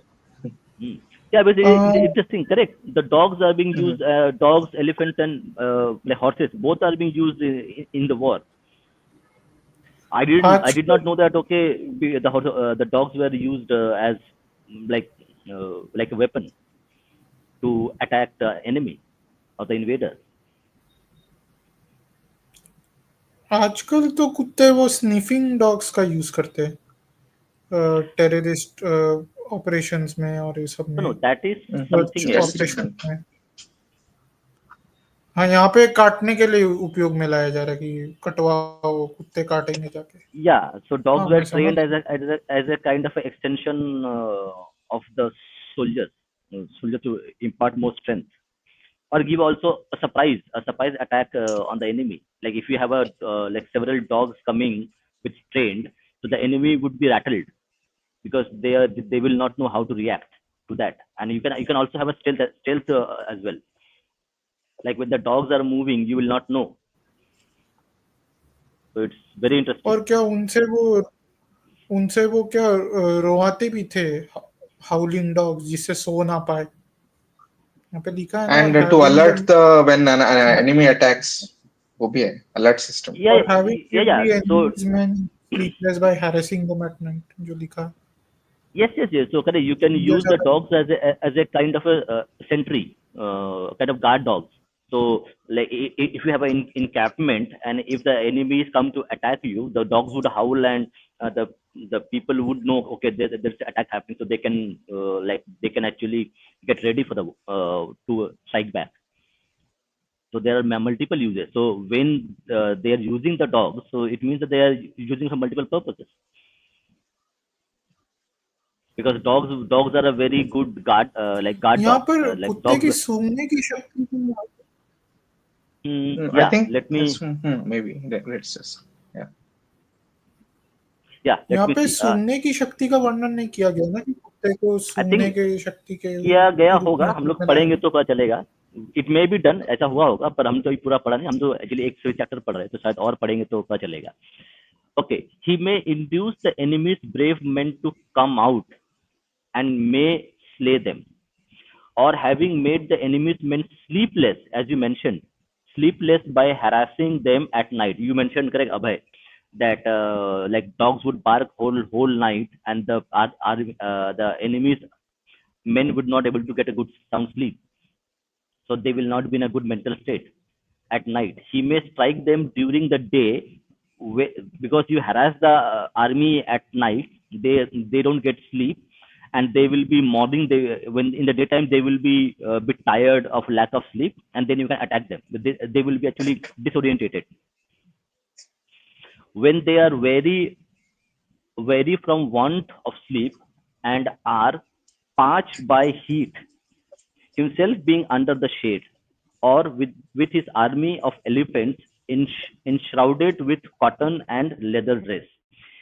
He may offer a night battle to his enemy, or he may strike the enemy's men during the afternoon when they are tired by making preparations during the forenoon, like in the morning before noon. Or he may strike the whole of the enemy's army when it is facing the sun, very important. Use of weather, like if you know when the like weather conditions. So Hmm. at noon the sun would be the hottest, and at the head, and it will the heat will be the most highest, will be greater. So the army will not be able to actually be very efficient at dealing with at that time of the because of weather conditions. Also, At long-term desert. weather also. If I may interrupt, so Yeah, yeah, go ahead, go ahead, go this ahead, was go ahead. the this was the key element in like in defeating the East Pakistan, like in helping the East Pakistan, because Mm-hmm. the war was already was supposed to take in August. It was postponed to Mm-hmm. December because of the monsoons by Hmm. our, yeah, Yeah, that is like that's General actually Manekshaw. So he, in yes, his yes, speech, yes. he mentioned that if you fights a war, when he was talking to the prime minister, then if he fights a war now, and he will definitely lose, and he needs to take in consider the weather conditions, and that's why he like he told that we'll fight in December. We cannot fight a war in the middle of the monsoon, where it will mean disastrous for us. Yes, and war requires preparation, as we are reading in the first chapter, that how Hmm. the encampment needs to be made, how the periphery needs to be secured. Okay, where the king would be there, how to protect the king. So you correct. There's a war preparation going on. So it is not like fighting a war. You need to prepare for the war itself when you are fighting it. Hmm. But very interesting. It's a bit difficult to read because we are reading the exact text. So, but we are learning a lot in terms of what exactly happened and how the wars were fought. Because if you read the translations, or the like modern books are there where they will do the extraction of the knowledge, and then they will impart into certain situations. So there we will miss the details which you see here. Correct. So we know that dogs, elephants, and horses were used, and it may not be there in the translations or the book analysis. A desert, a dangerous spot. A desert, a dangerous spot. Marshy places, mountain valleys, uneven boats, cows, cart-like array of army, mist, and night are satras. Satras, temptations alluring the enemy against the invader. So one more thing which is important, which is correct. So here they are talking about how to actually fool the enemy by showing that you are weak, or you are not there, or you are sleeping. So it's like a kind of a psychological warfare is going on, where Uh-huh. you are trying to give a different signal than what you are. It also So reminds me of the Trojan horse thing, if you remember. exactly, exactly, exactly. हाँ, ये That एक मुझे याद है घटना, ये शिवाजी महाराज ने अफजल खान के साथ भी किया था, कि अपने आप को थोड़ा कमजोर दिखाना। Hmm. hmm, to fool the enemy. उन्होंने स्वयं नहीं किया, पर अपने लोगों महाराज तो आपको ताव में आके बहुत सारी गलतियां कर दी और उस चक्कर में फंस गया वो। Exactly, so that's why he is talking about, correct, कि कैसे हम एनिमी को ये बताएं कि हम कमजोर हैं, ताकि जब एनिमी अटैक करें तो we will be prepared and they will be over confident in terms of के अरे ये लोग तो अभी सो रहे हैं, चलो इनको इनको अटैक करें, and that gives an advantage जो एक्चुअली डिफेंड कर रहा है, क्योंकि उनको पता है कि कहाँ से कहाँ क्या होने वाला है. The beginning of an attack is the time for treacherous fights. As to an open or fair fight, a virtuous king should call his army together and, specifying the place and time of battle, address them thus: I am a paid servant like yourself. This country is to be enjoyed by me together with you. You have to strike the enemy specified by me. Nandi, I think you will be able Oh, to I think this is a give this. message for an ally, like to an ally army. So he's addressing a letter. And if you see this open and fair fight, This is very different from the earlier text he mentioned, where he mentioned guerrilla war. This Hmm. is something like I would personally, I would say this is akin to Dharma Yuddha, like following the Yuddha Dharma. Correct. And if we go back to the Mr. G.D. Bakshi's book, he mentioned that correct. The Mhm. war was part of dharma to protect dharma. Okay. So if you are doing a dharma yuddha, you will follow some principles and protocols.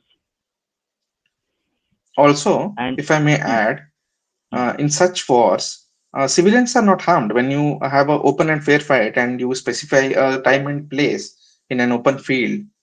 Like the kings who are want to gain power, there is no bloodshed of the civilians happening.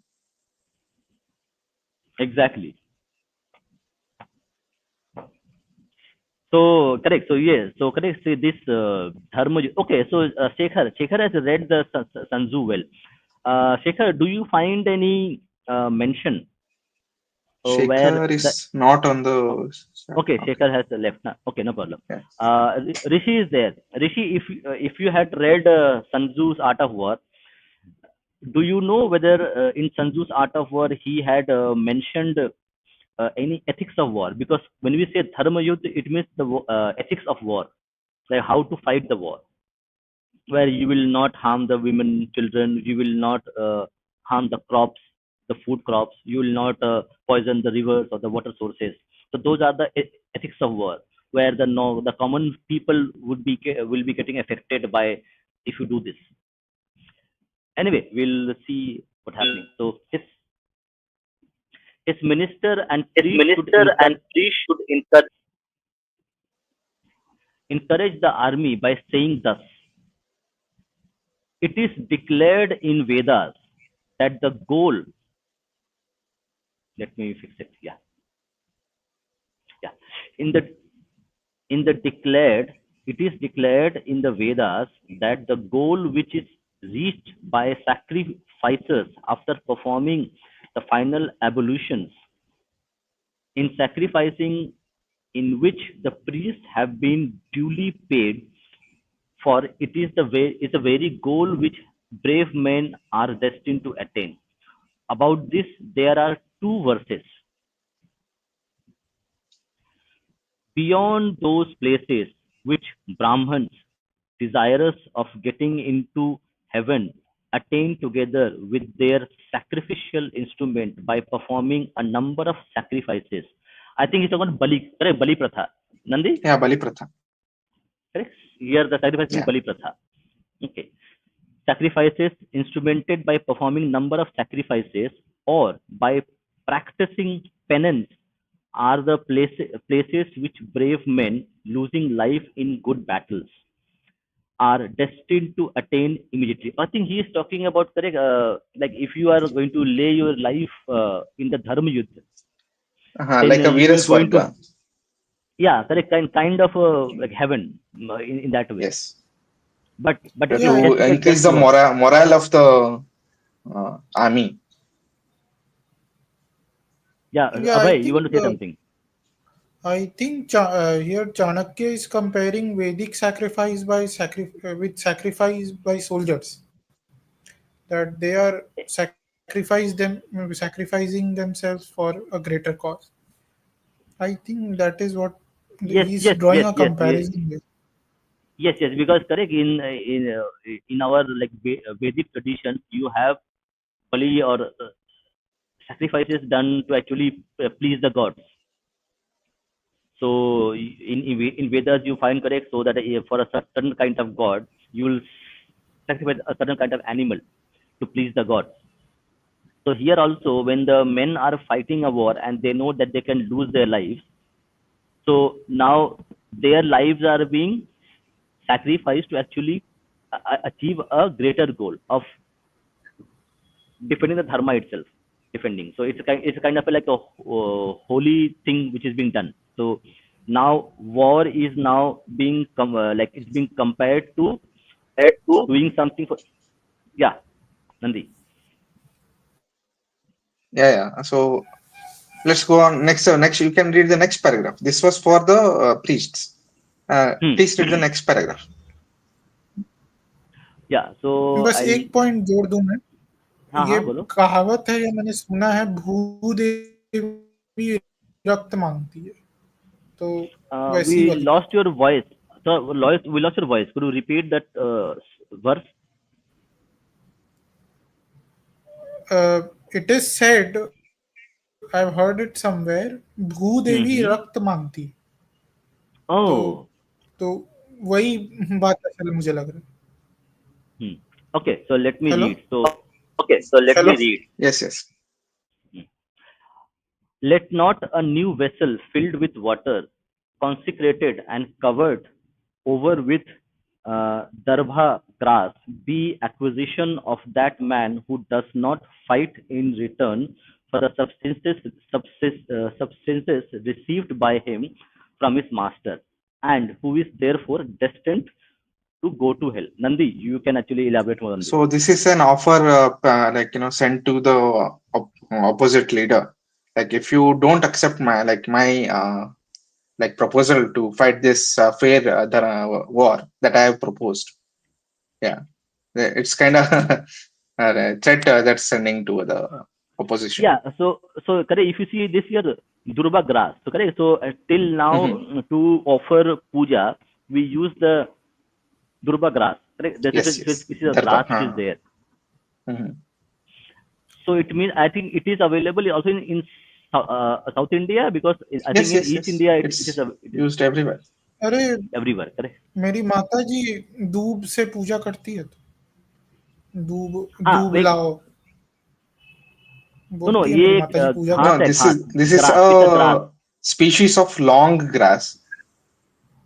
हाँ हाँ वही, वो एक प्रकार की घास होती है, Yes yes yes. मेरी माता जी उससे पूजा करती है, मैं इसीलिए वो। Hmm. नहीं वो तो एक्चुअली पूजा के लिए मतलब मैंडेटरी है, पर हर पूजा के लिए, मतलब वो साउथ में हो नॉर्थ में कहीं पर भी हो, पूजा होगा तो वही का होता है इस्तेमाल होता है. Astrologers and other followers of the king should infuse spirit in his army by pointing out the impregnable nature of the array of his army, his power to associate with gods, and his omniscience, and they should at same time frighten the enemy. The day before battle, the king should fast. Oh, the king should fast and lie down on his chariot with weapons. He should also make oblations into the fire, pronouncing the mantras of the Atharva Veda, and cause offer prayers to be offered for the good of the victors. Oh, prayers to be offered for the good of the victors, as well as for those who attain heaven by dying in the battlefield. He should also submit his person to Brahman. He should make the central portion of his army consist of such men as are noted in their bravery, skill, high high birth, and loyalty, and are not displeased with the rewards and honors bestowed on them. The place that is to be occupied by the king is that portion of the army which is composed of his Father, son. Yeah. father. Yeah, it is important. He has mentioned that the best like soldiers would be in the middle of the contingent. Hmm. Also, like the king is in the battle. He's not hiding in some palace. Exactly. Hmm. And also correct. He is see correct. So when we see this wars are being fought, so we see the Vedic traditions of the way the wars were fought in the Hmm. Vedic times. They have been like carried forward Hmm. into the at the Mauryan times. So like If you at just scroll up, I'll show you a specific thing, a mhm, little bit to the start. Bus. Enough. So if you see, he's praying like for the good of victors. Like even if he dies, like the other person mhm, wins, he's praying mhm, like offering the prayers for the like the victorious person. and also for the people who die on the battlefield, even if it's from the other side. Exactly, exactly. Okay. So correct. So it's correct. It's a kind of like psychology. Correct. So like if somebody is Yeah. going to war, okay, he needs to be rest assured that okay, even if you sacrifice your life, you have done a good deed, and God will be blessing you. Hmm. So this is like see the science of war. Correct. So even we like currently when the army goes to fight, so like there will be a lot of things done for the people who are fighting the war. Okay, there will Hmm. be a psychology which takes place before you go and fight into an active battlefield Hmm. to So actually the reassure morale, assure them. like imagine if a king does this in your army and you're in the army, the morale is will be so high because Yeah, the king himself who we are fighting for is on the battlefield fighting side by side with you. and yeah, correct. As they say, the battles are won by the soldiers, not by the weapons. Hmm. Hmm. So the morale of people who are having the weapons to fight is most important than the weapon itself. If the morale and the example would be correct, the recent US troop withdrawal from Afghanistan, where the Hmm. US had the most modern weapons available, and they were given to the Afghan National Army, Hmm. and because the morale was so low that they didn't fight, they just put their weapon and went away or joined the Taliban. So the morale of Hmm. the soldier is is the primary pillar on which the wars are fought, not by weapons. People think okay, weapons are very important. They are important, but with only weapons you cannot win a war. You need Yes. a highly charged morale of the soldier who would take the weapons and fight. So here also we Hmm. see correct that it has been given much more most important in terms of making the soldier think that he is doing the right thing by fighting, and even if he dies, his life is a kind of a sacred thing. Okay, so Another we'll read. example of this, Go ahead, go just ahead, go ahead. another example of this over reliance on technology was that 7th October attack on Israel, where they were over relying on technology for surveillance of the border and protection of the border, and the Hamas was able to break through that and enter. So another case in point. Yes, I think it's very important. And also one more thing, correct? So as I mentioned previously as well, that if you have a sustained peace time where you are prosperous, you are not having to deal with a lot of violence, a lot of enemies, so you will tend to let your guard down.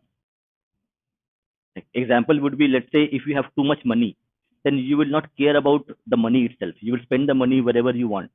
But if you have a limited amount of money that you can spend, then you will think and you will spend the money strategically. What you exactly need, you will buy it. You will not overbuy it. You will not buy things which you don't need it. In same way, correct, it happens. Like if you have a sustained period of where you don't see the enemy in front of you and you let your guard down. So that is also a Yeah, psychology is very important. Psychology. yeah, complacency sets in beyond the point. So, yeah, this can happen. On that part, I think many people would know that in Amazon, the company founded by Jeff Bezos. So in Amazon, there is a culture that when you go on the first day of your office, and they try to replicate scenarios or replicate environments where your first day of work and your, let's say, 100 day of work, they will try to maintain that kind of tension and strength. Okay, that okay, you will be able to deliver your work. So the intensity at which you work on the first day of your office when you go join a new company and 100 days would be different because you will get used to the organization. So they're also like they use this kind of tactics to actually make sure that your performance and intensity of work remains the same, irrespective of you are a 1 year old employee or whether you are a first day at job. So there's also they're using this war psychology to make sure that your performance and output is at a level where they want it, and you are not being complacent because you are in the company for 1 year, 2 year, 3 years. So they're also using that technique to actually make sure that the output is great and better over time, and it doesn't Hmm. reduce it. So correct, how this war tactics can be used in even in corporates. Oh, in business, there's another book for this, Which Kautilya one? economics. Like if Ah, you want to apply Arthashastra to business tactics and Kautilya's techniques to business tactics, there's a book called Kautilya economics. We should pick up that in some other time.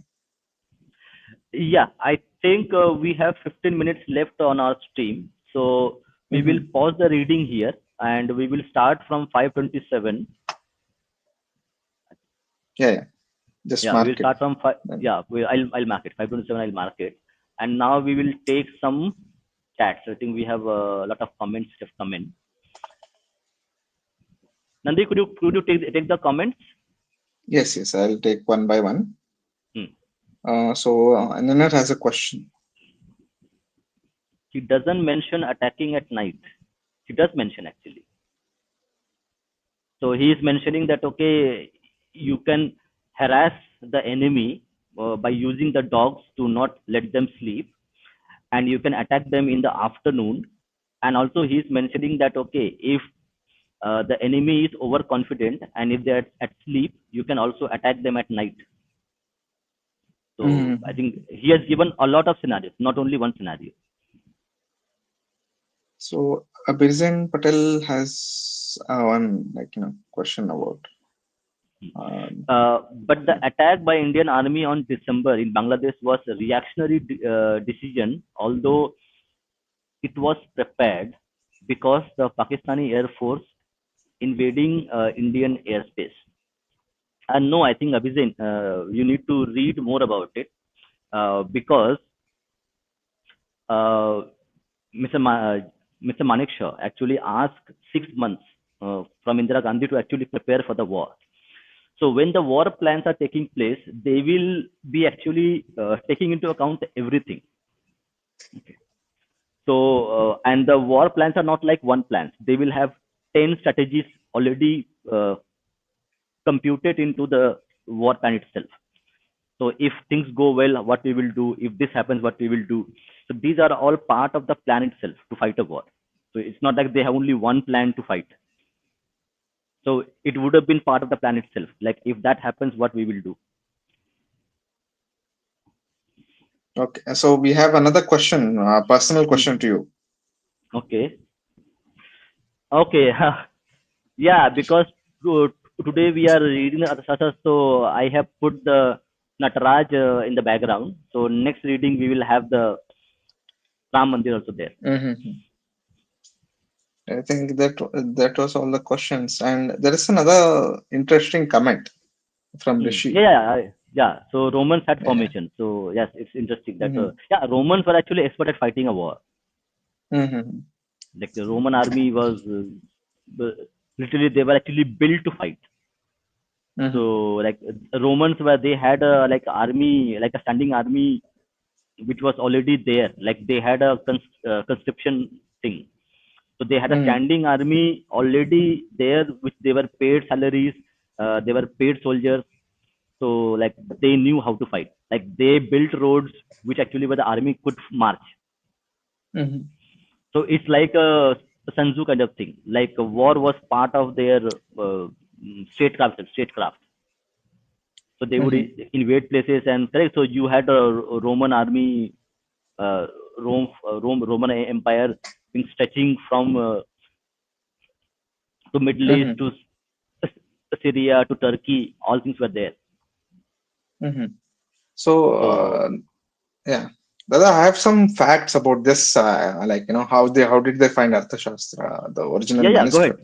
So Go ahead. there were Arthashastra was mentioned in multiple as a reference, multiple scriptures and multiple books as a reference that this was mentioned in Arthashastra, but they could not find the original script before. Mm-hmm. So what Mm-hmm. happened was the R. Shastri ji, he was Mm-hmm. a Sanskrit scholar and a librarian at the Oriental Research Institute of Mysore. And Okay. like he was going through the entire collection of all the how you say manuscript of palm leaf manuscripts where he Mm-hmm. found it, discovered it.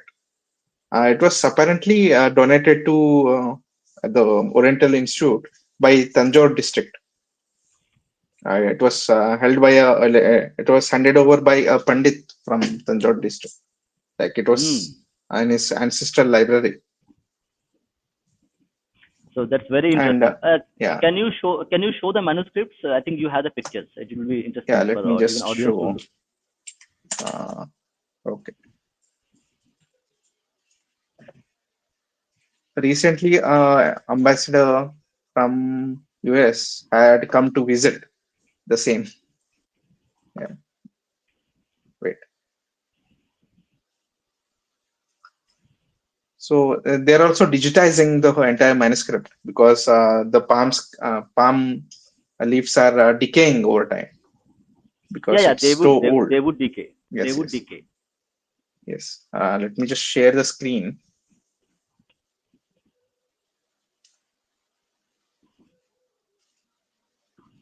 Hmm, okay. Can you see it? Wait, wait. I think Yeah, you need to put it on stage. no, I'm on stage, and I don't need to put me on stage yet. Yes. Yeah. Now the screen is loading. So this is the person, and this is the institute. Yeah. Let me just show you the Arthashastra manuscript. They are digitizing it now. I think it's needed. I think a lot of our manuscripts needs to be digitized because or they will be lost forever. The wisdom which is there is invaluable. Uh-huh. So this is the whole collection of manuscripts, palm leaf manuscripts in Mysore Oriental Institute. And this is, wait, wait. Uh, yeah, very good. So this is how it would look. So this is written in Grantha script. Correct. The Grantha script, which was correct, a Sanskrit Yeah, script which was used in South India. yeah. So it was written in Grantha script. This may be one of the copies that survived. Mm. I don't know how many of such amazing scripts were lost to time. Time is the enemy here because we lost some time. That's it.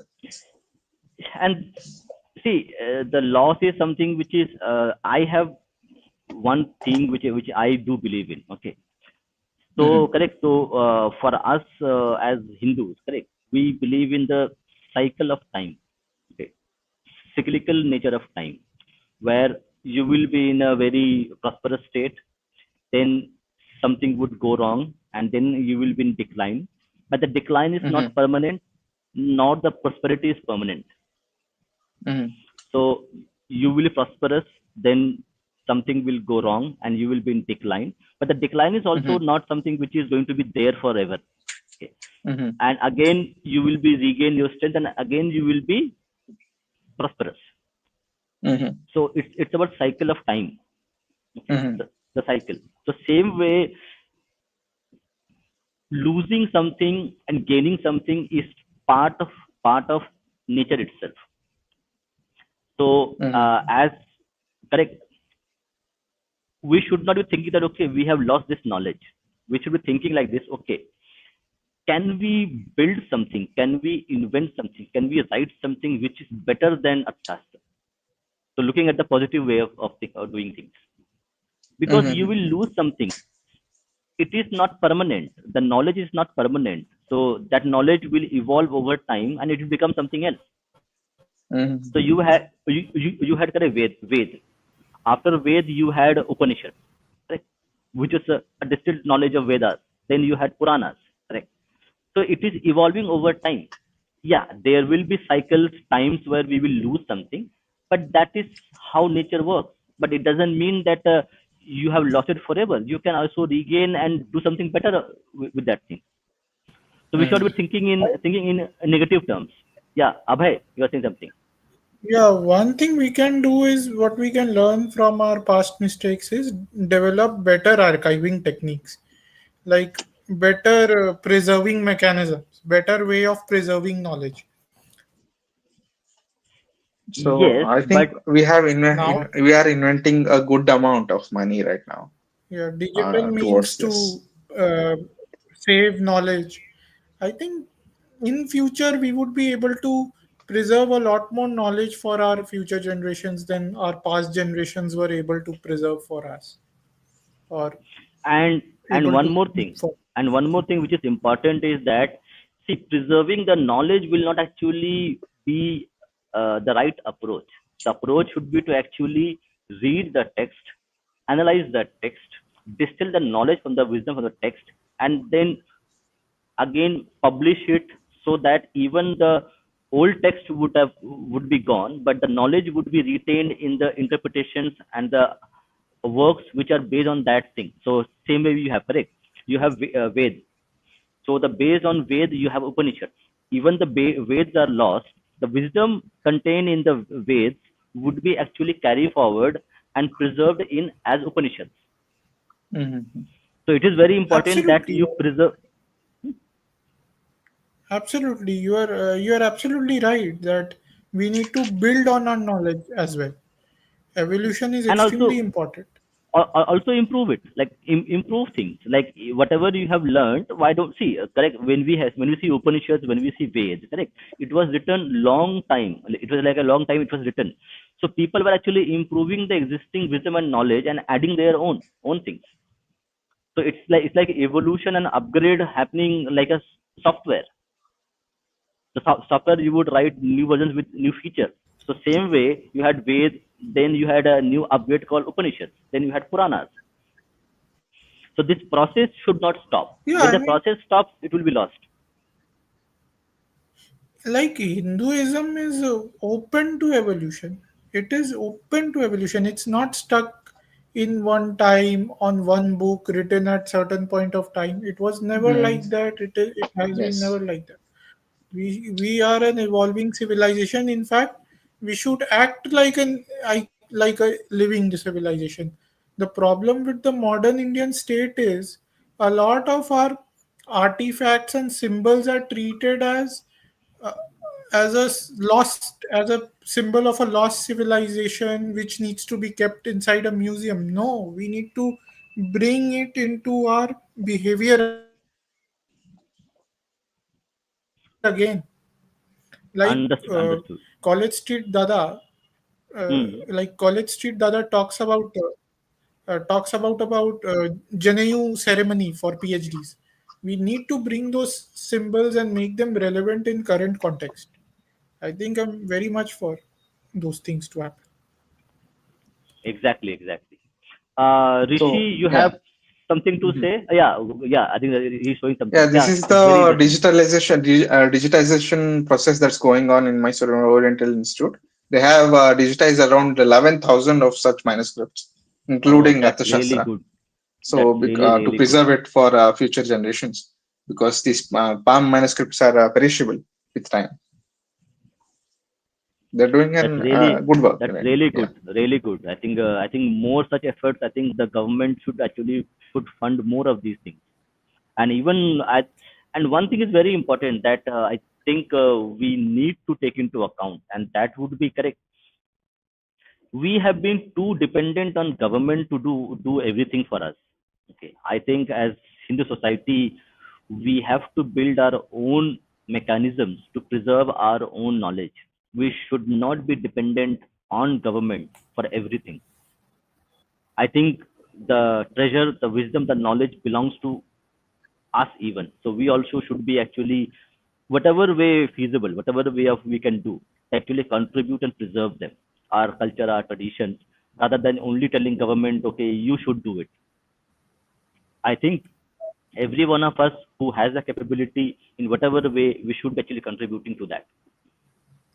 Another issue is that, which I have found out, is there are at least 30 lakh scripts or 30 million scripts. I may be confusing the number, but Hmm. they have not been translated yet. So a lot of our knowledge is lying in that, which which if we get, maybe we will know better about our country and better about our knowledge systems. So Yes, there is a yes, laxity but there too. yes, but what I am saying is that we should not be wholly and solely dependent on the government to actually go and translate it. I think this Absolutely. lack of ecosystem or lack of initiatives and appreciating our own culture and traditions, which is being lost for a time, that needs to be revived. Absolutely. I'm not saying we should be completely dependent on the government. There is one person by the name Anurag Saxena. He Hmm, has hmm, done a hmm, lot of work in bringing back Indian artifacts from foreign countries and museums. hmm, If you hmm. see, he has appeared on many interviews also. So he has worked with the government. So I think uh, we should, if people can, they should take initiatives if they have the knowledge of doing these things. There is nothing wrong with that. And yes, a government assistance would just speed up the process of these things. That's why people demand government assistance. But yeah, taking the initiative matters the most. Yes, correct. See, as like as we see, correct, in the war, the way it's being fought, the way that it's mentioned in the Arthashastra, that even if you have studied how to march in formations, there will be circumstances where you will not be able to create the formation.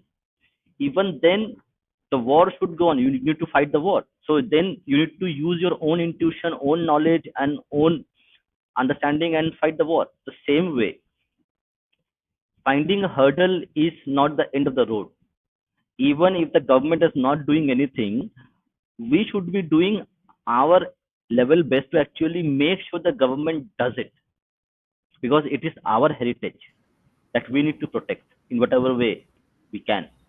And like individuals or institutions which already are there, and we need more institutions, we need to build, where we will be coordinating with the governments to actually get that happen. If there are enough people who are like using the proper mechanisms to actually work with the government, it can happen. As you mentioned, like, Mr. It is done by the individual who is bringing artifacts, bringing treasures back to India. I think we need more such people who should be doing this.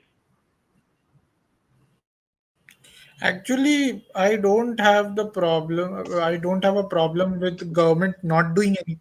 But in India, the problem is not with not the government not doing anything. The problem with the Indian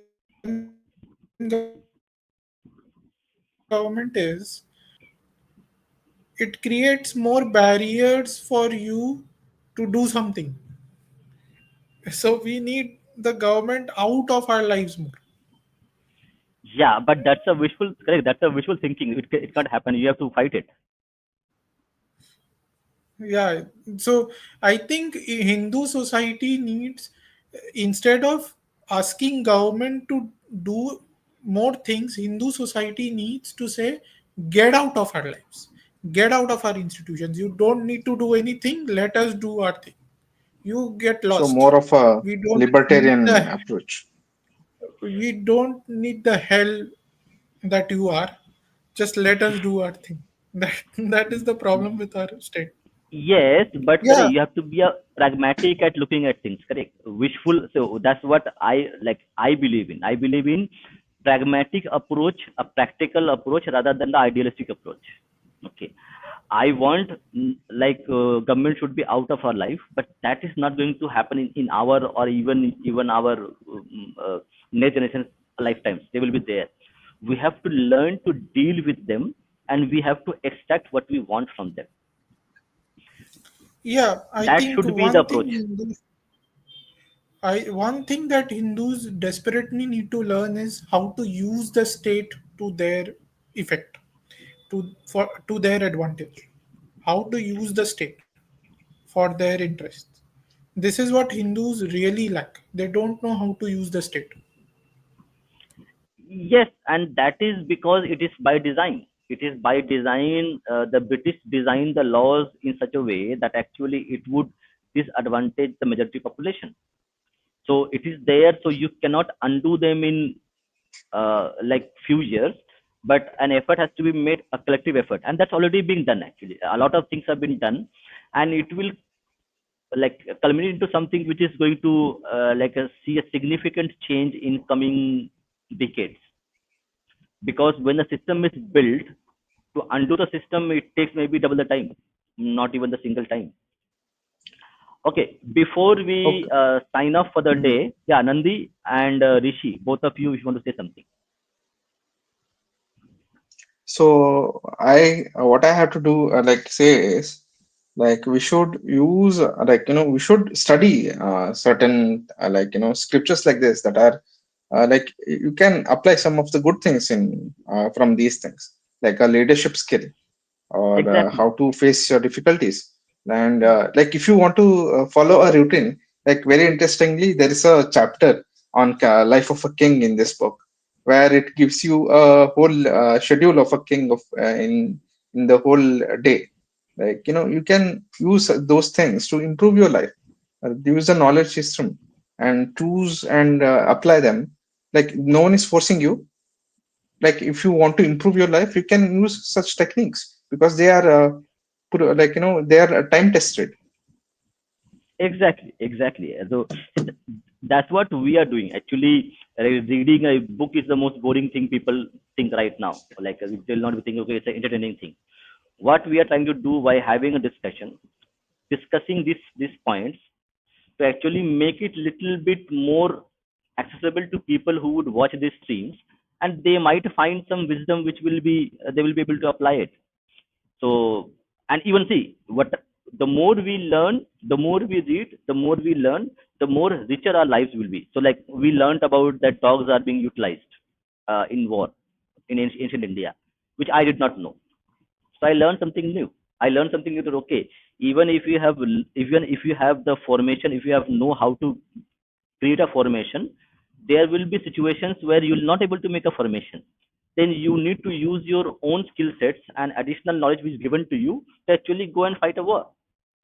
So like this, uh, what we call reading the book is a community, as a community is going to benefit every one of us. We all have learned something new today just by reading a two chapters, and which we can actually implement this in our lives and make our lives a little bit better, make better decisions ourselves, better decisions. Rishi, if you want to say something, please go ahead. Okay. So I guess it's the last portion of the video, so I won't be taking much time now. So just wanted to ask you this. So while reading Arthashastra, did you come across anywhere where Maharshi Kautilya recommends destroying places, means the areas of the enemy? Anywhere has he said that? We have not read the full thing. So actually, what we are doing is we are reading it with the audience and myself. Okay. So because if I have, I know how, I know the basic text, but I will not read the full text, because if I read the Uh-huh. full text, the like wonder will go away while reading. Okay. So because I know it So Rishi, is, that's a different chapter. That's the duties of an invader. Is a previous chapter that we are focusing on war right now. The duties of invader is the previous chapter that we read sometimes in the future. okay, cause uh, I so we all know that, right? Many of our even intellectuals say that we had the rules of Hmm. dharma, right? So we won't destroy cities or something while invading and all. Something very interesting came to me, so I will just end with this banger, if I could say. So there was a minister in Bihar. So Mm-hmm. his name was Chandeshwar. So he wrote a text called Rajniti Ratnakar. In that, he recommends something very unusual. So I will chant the Sanskrit shloka. उपरुद्धय उपरुद्ध्यारि माप्तीत राष्ट्रं चास्योपपीडयेत् दूषयेच्चास्य सततं व्यवसान्नोदकेन्धनम्. So he says, from all directions, enemy territories should be surrounded and the territory should be destroyed at all costs. Every single resources of food, crop, and fuel should be destroyed as well. No time should be spared. At once, it should be taken. Means he's saying that at once it should be done by the king. So this he says he took he it's an analysis he takes from Manu Smriti. Mm. So he Mm-hmm. analyzes this from there. So it's a very amazing thing. So even in India there were some kings who had such tactics as well. So also this work was written to a king who had to fight Bengal Sultanate. So this is a very Mhm. amazing thing which came across to me. So I I have a would like to question know about your this. reaction. Okay, okay. Was this about sieging of a fort or a place, like capital city? Because So that's the he usual discussed. tactic to drain out all the resources and surround the enemy to, like, Yes, drive him out. yes. So he discusses this quite a bit just before this, where he talks about fortifications. Actually, while discussing fortifications and how to destroy the ramparts, he then comes across this question that should the king destroy the territory entirely of the enemy nation. So he says yes, and he then gives a whole list. So it's Mhm. now Vimar's Dada would like it because it is very similar to Sun Tzu, right? I wanted to know your opinion Yes, on yes. Yeah. I think it's very interesting in that way. That see, normally if you are fighting a war, correct? So there would be correct war ethics which will be agreed by both the parties. Okay, but if the other party is not agreeing to the ethics, in that circumstances, following the ethics that you have defined for yourself doesn't make any sense. And in other ways as well, that as a king, it is your duty to actually defend your kingdom by any means possible.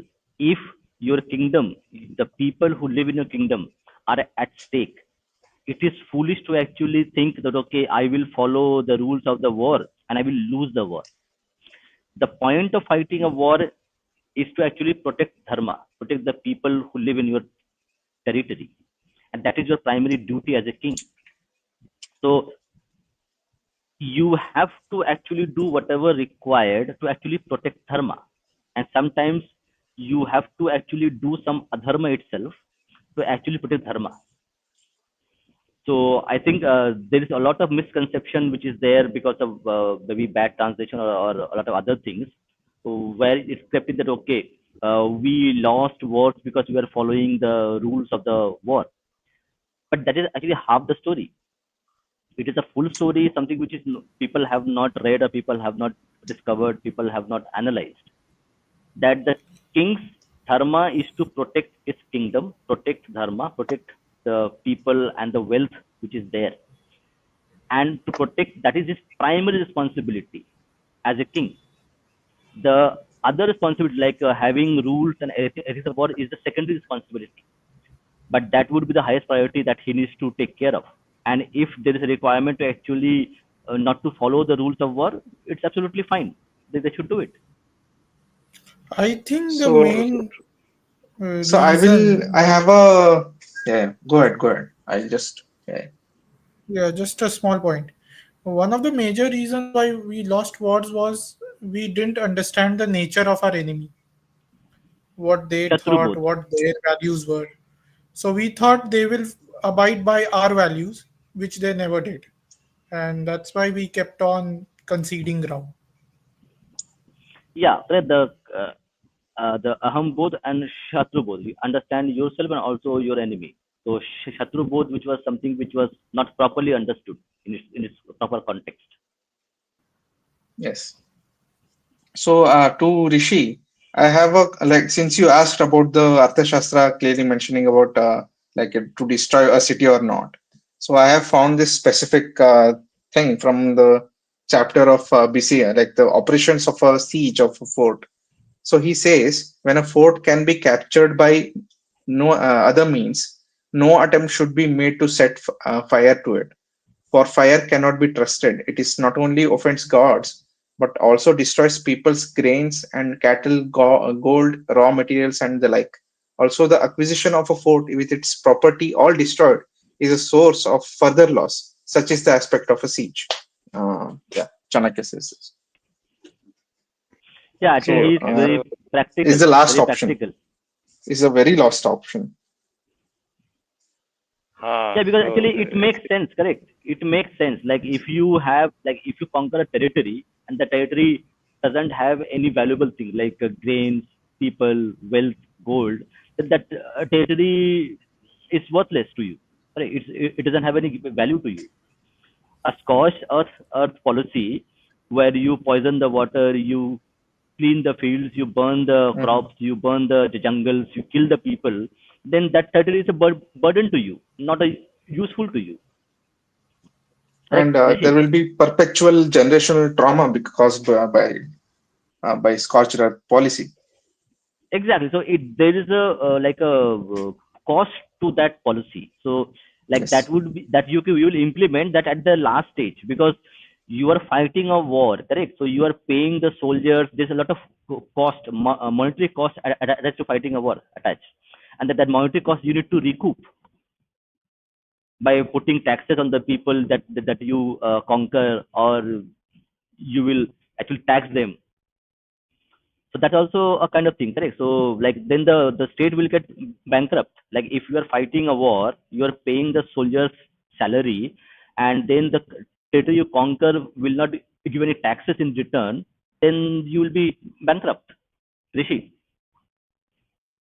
yes, so absolutely true. What you have said, it's a very pragmatic approach, of course, because it's like ruling over ashes. So who rules over ashes? Exactly. Who needs ashes to rule? So it's really the thing. Also, it's amazing. It also proves your point. So I will just say this, that Chandeshwar, uh, Hmm. even in here, he writes. So Nanadoy Dada was correct that he says that destroying the resources of the enemy forces. Hmm. Hmm. That is his message. So Yeah, destroying but that all the that is supply the lines. last option. Like that would be the last least of the options that you choose from. Like if you have to do it, you go and do it. But that would not be the primary option, the first option. Yeah, no, no. What I was saying Hmm. that he is not saying to destroy the livelihoods of people per Hmm. Hmm. se. He's saying Hmm. to destroy the supply chains. So the army needs food, right? So destroy that Hmm. Hmm. supply chain. Burn all their granaries. So burn Hmm. all Hmm. their poison the water sources, so that the Hmm. enemy cannot sustain anymore to fight you. So that's what he's saying. That destroy the enemies Yes. all, like from all directions, completely annihilate them. So this is his whole thesis. So, It's Yes. amazing Yes. because Yes.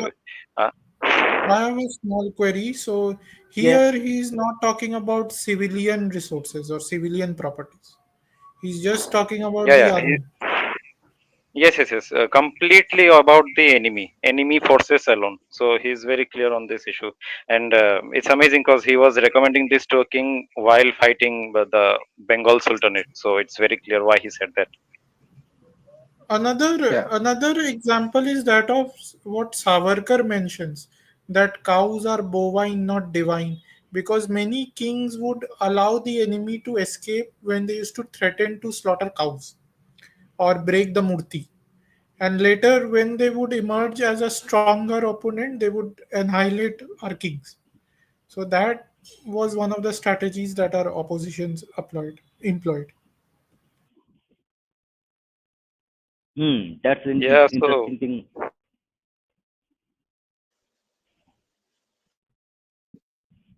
Go ahead, Rishi, go ahead. Dada, no, Dada, you want to say something? You wanted to say No, something? no, I'm saying just that it's a very interesting thing that Abhay has mentioned. It's really interesting. I did not know a lot of things. Oh, yes, yes, it is. It is very much. So, what I have also come across is some counter examples as well. So, some of the Nibandha Karas or those who made law digests, so they had to deal with this situation. So they gave proper injunctions as well. So they took example from Bhagavatam actually. So in Bhagavatam, Sri Krishna has to kill one of the bovine species, right? Who is a asura. So that example is given as a as a way to say that in times of war, when the enemy is using the cattle to like blackmail you into doing go hatya, don't worry, you will not get any papa. Do it. So that also example are those examples are also given so as to not guilt trip the king for like committing adharma, killing the cow. So even there, those exceptions were also pulled out from the texts to help the kings.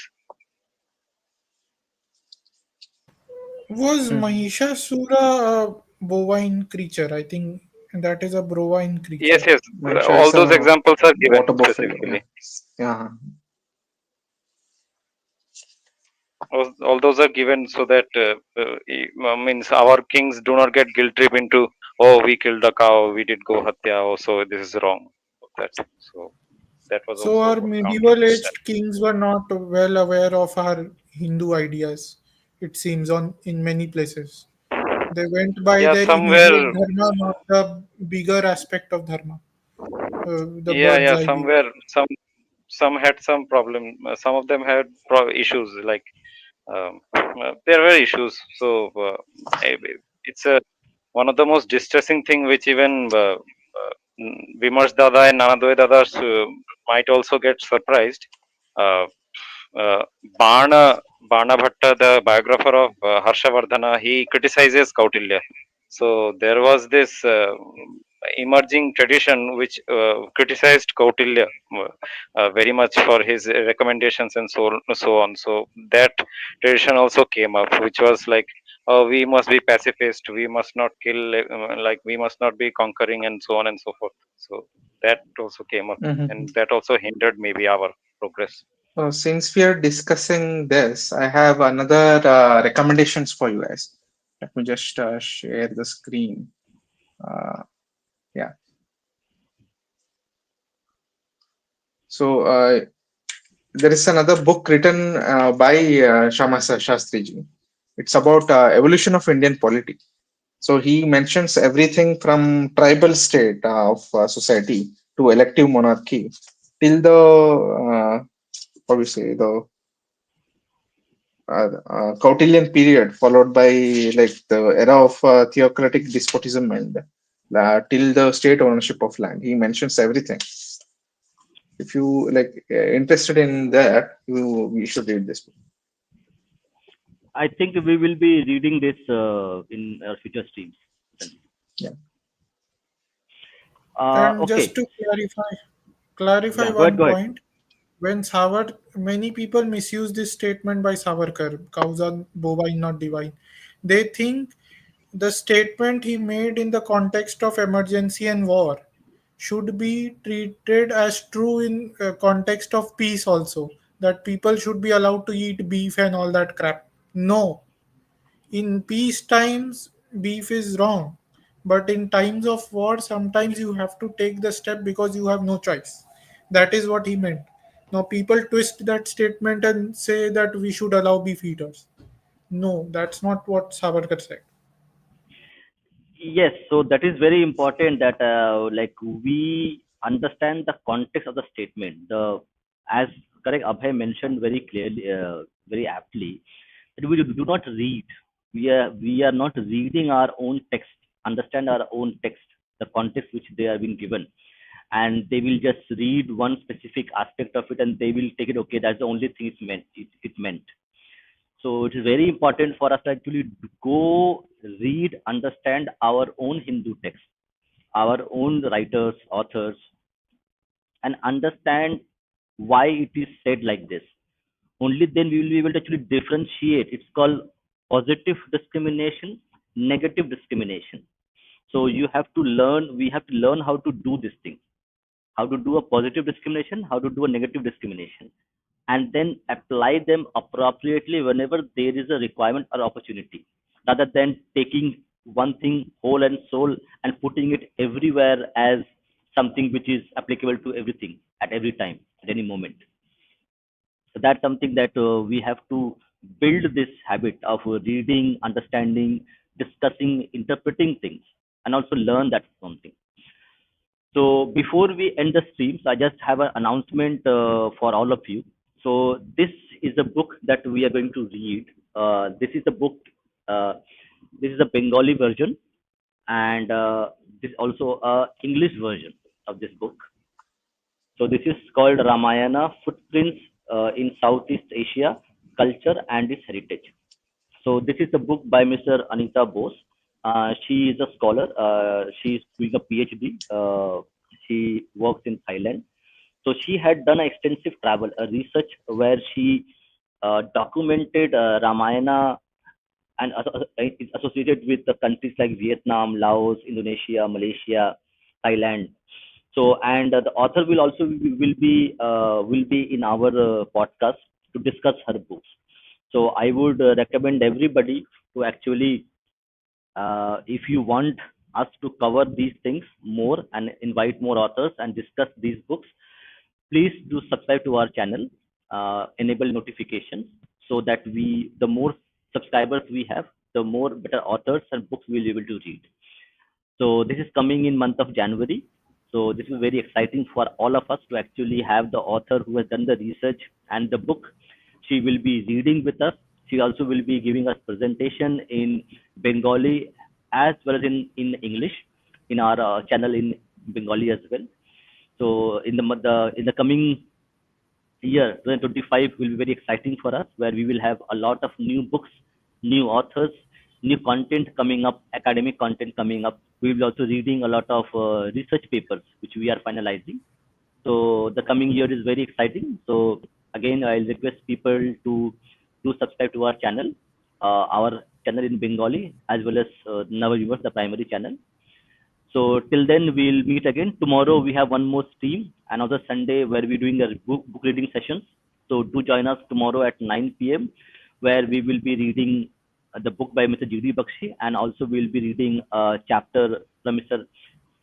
Sanjay Sanyal's book, The India in the Age of Ideas. So those are very exciting streams. I am looking forward to it. So thank you very much. Thank you, Rishi. Thank you, Abhay. Thank you, Nandi. Thank you, audience, for your chat and support. So Jai Hind, Vande Hmm. Mataram, Jai Shri Ram. Jai. Jai Hind, Dada. Just a small suggestion: have a separate room Yeah, for your books. uh, I need to So buy a new home then. Let's yeah, see. it seems like. So We'll do thank it. you We'll do it. everyone for allowing Thank me. you. Bye bye.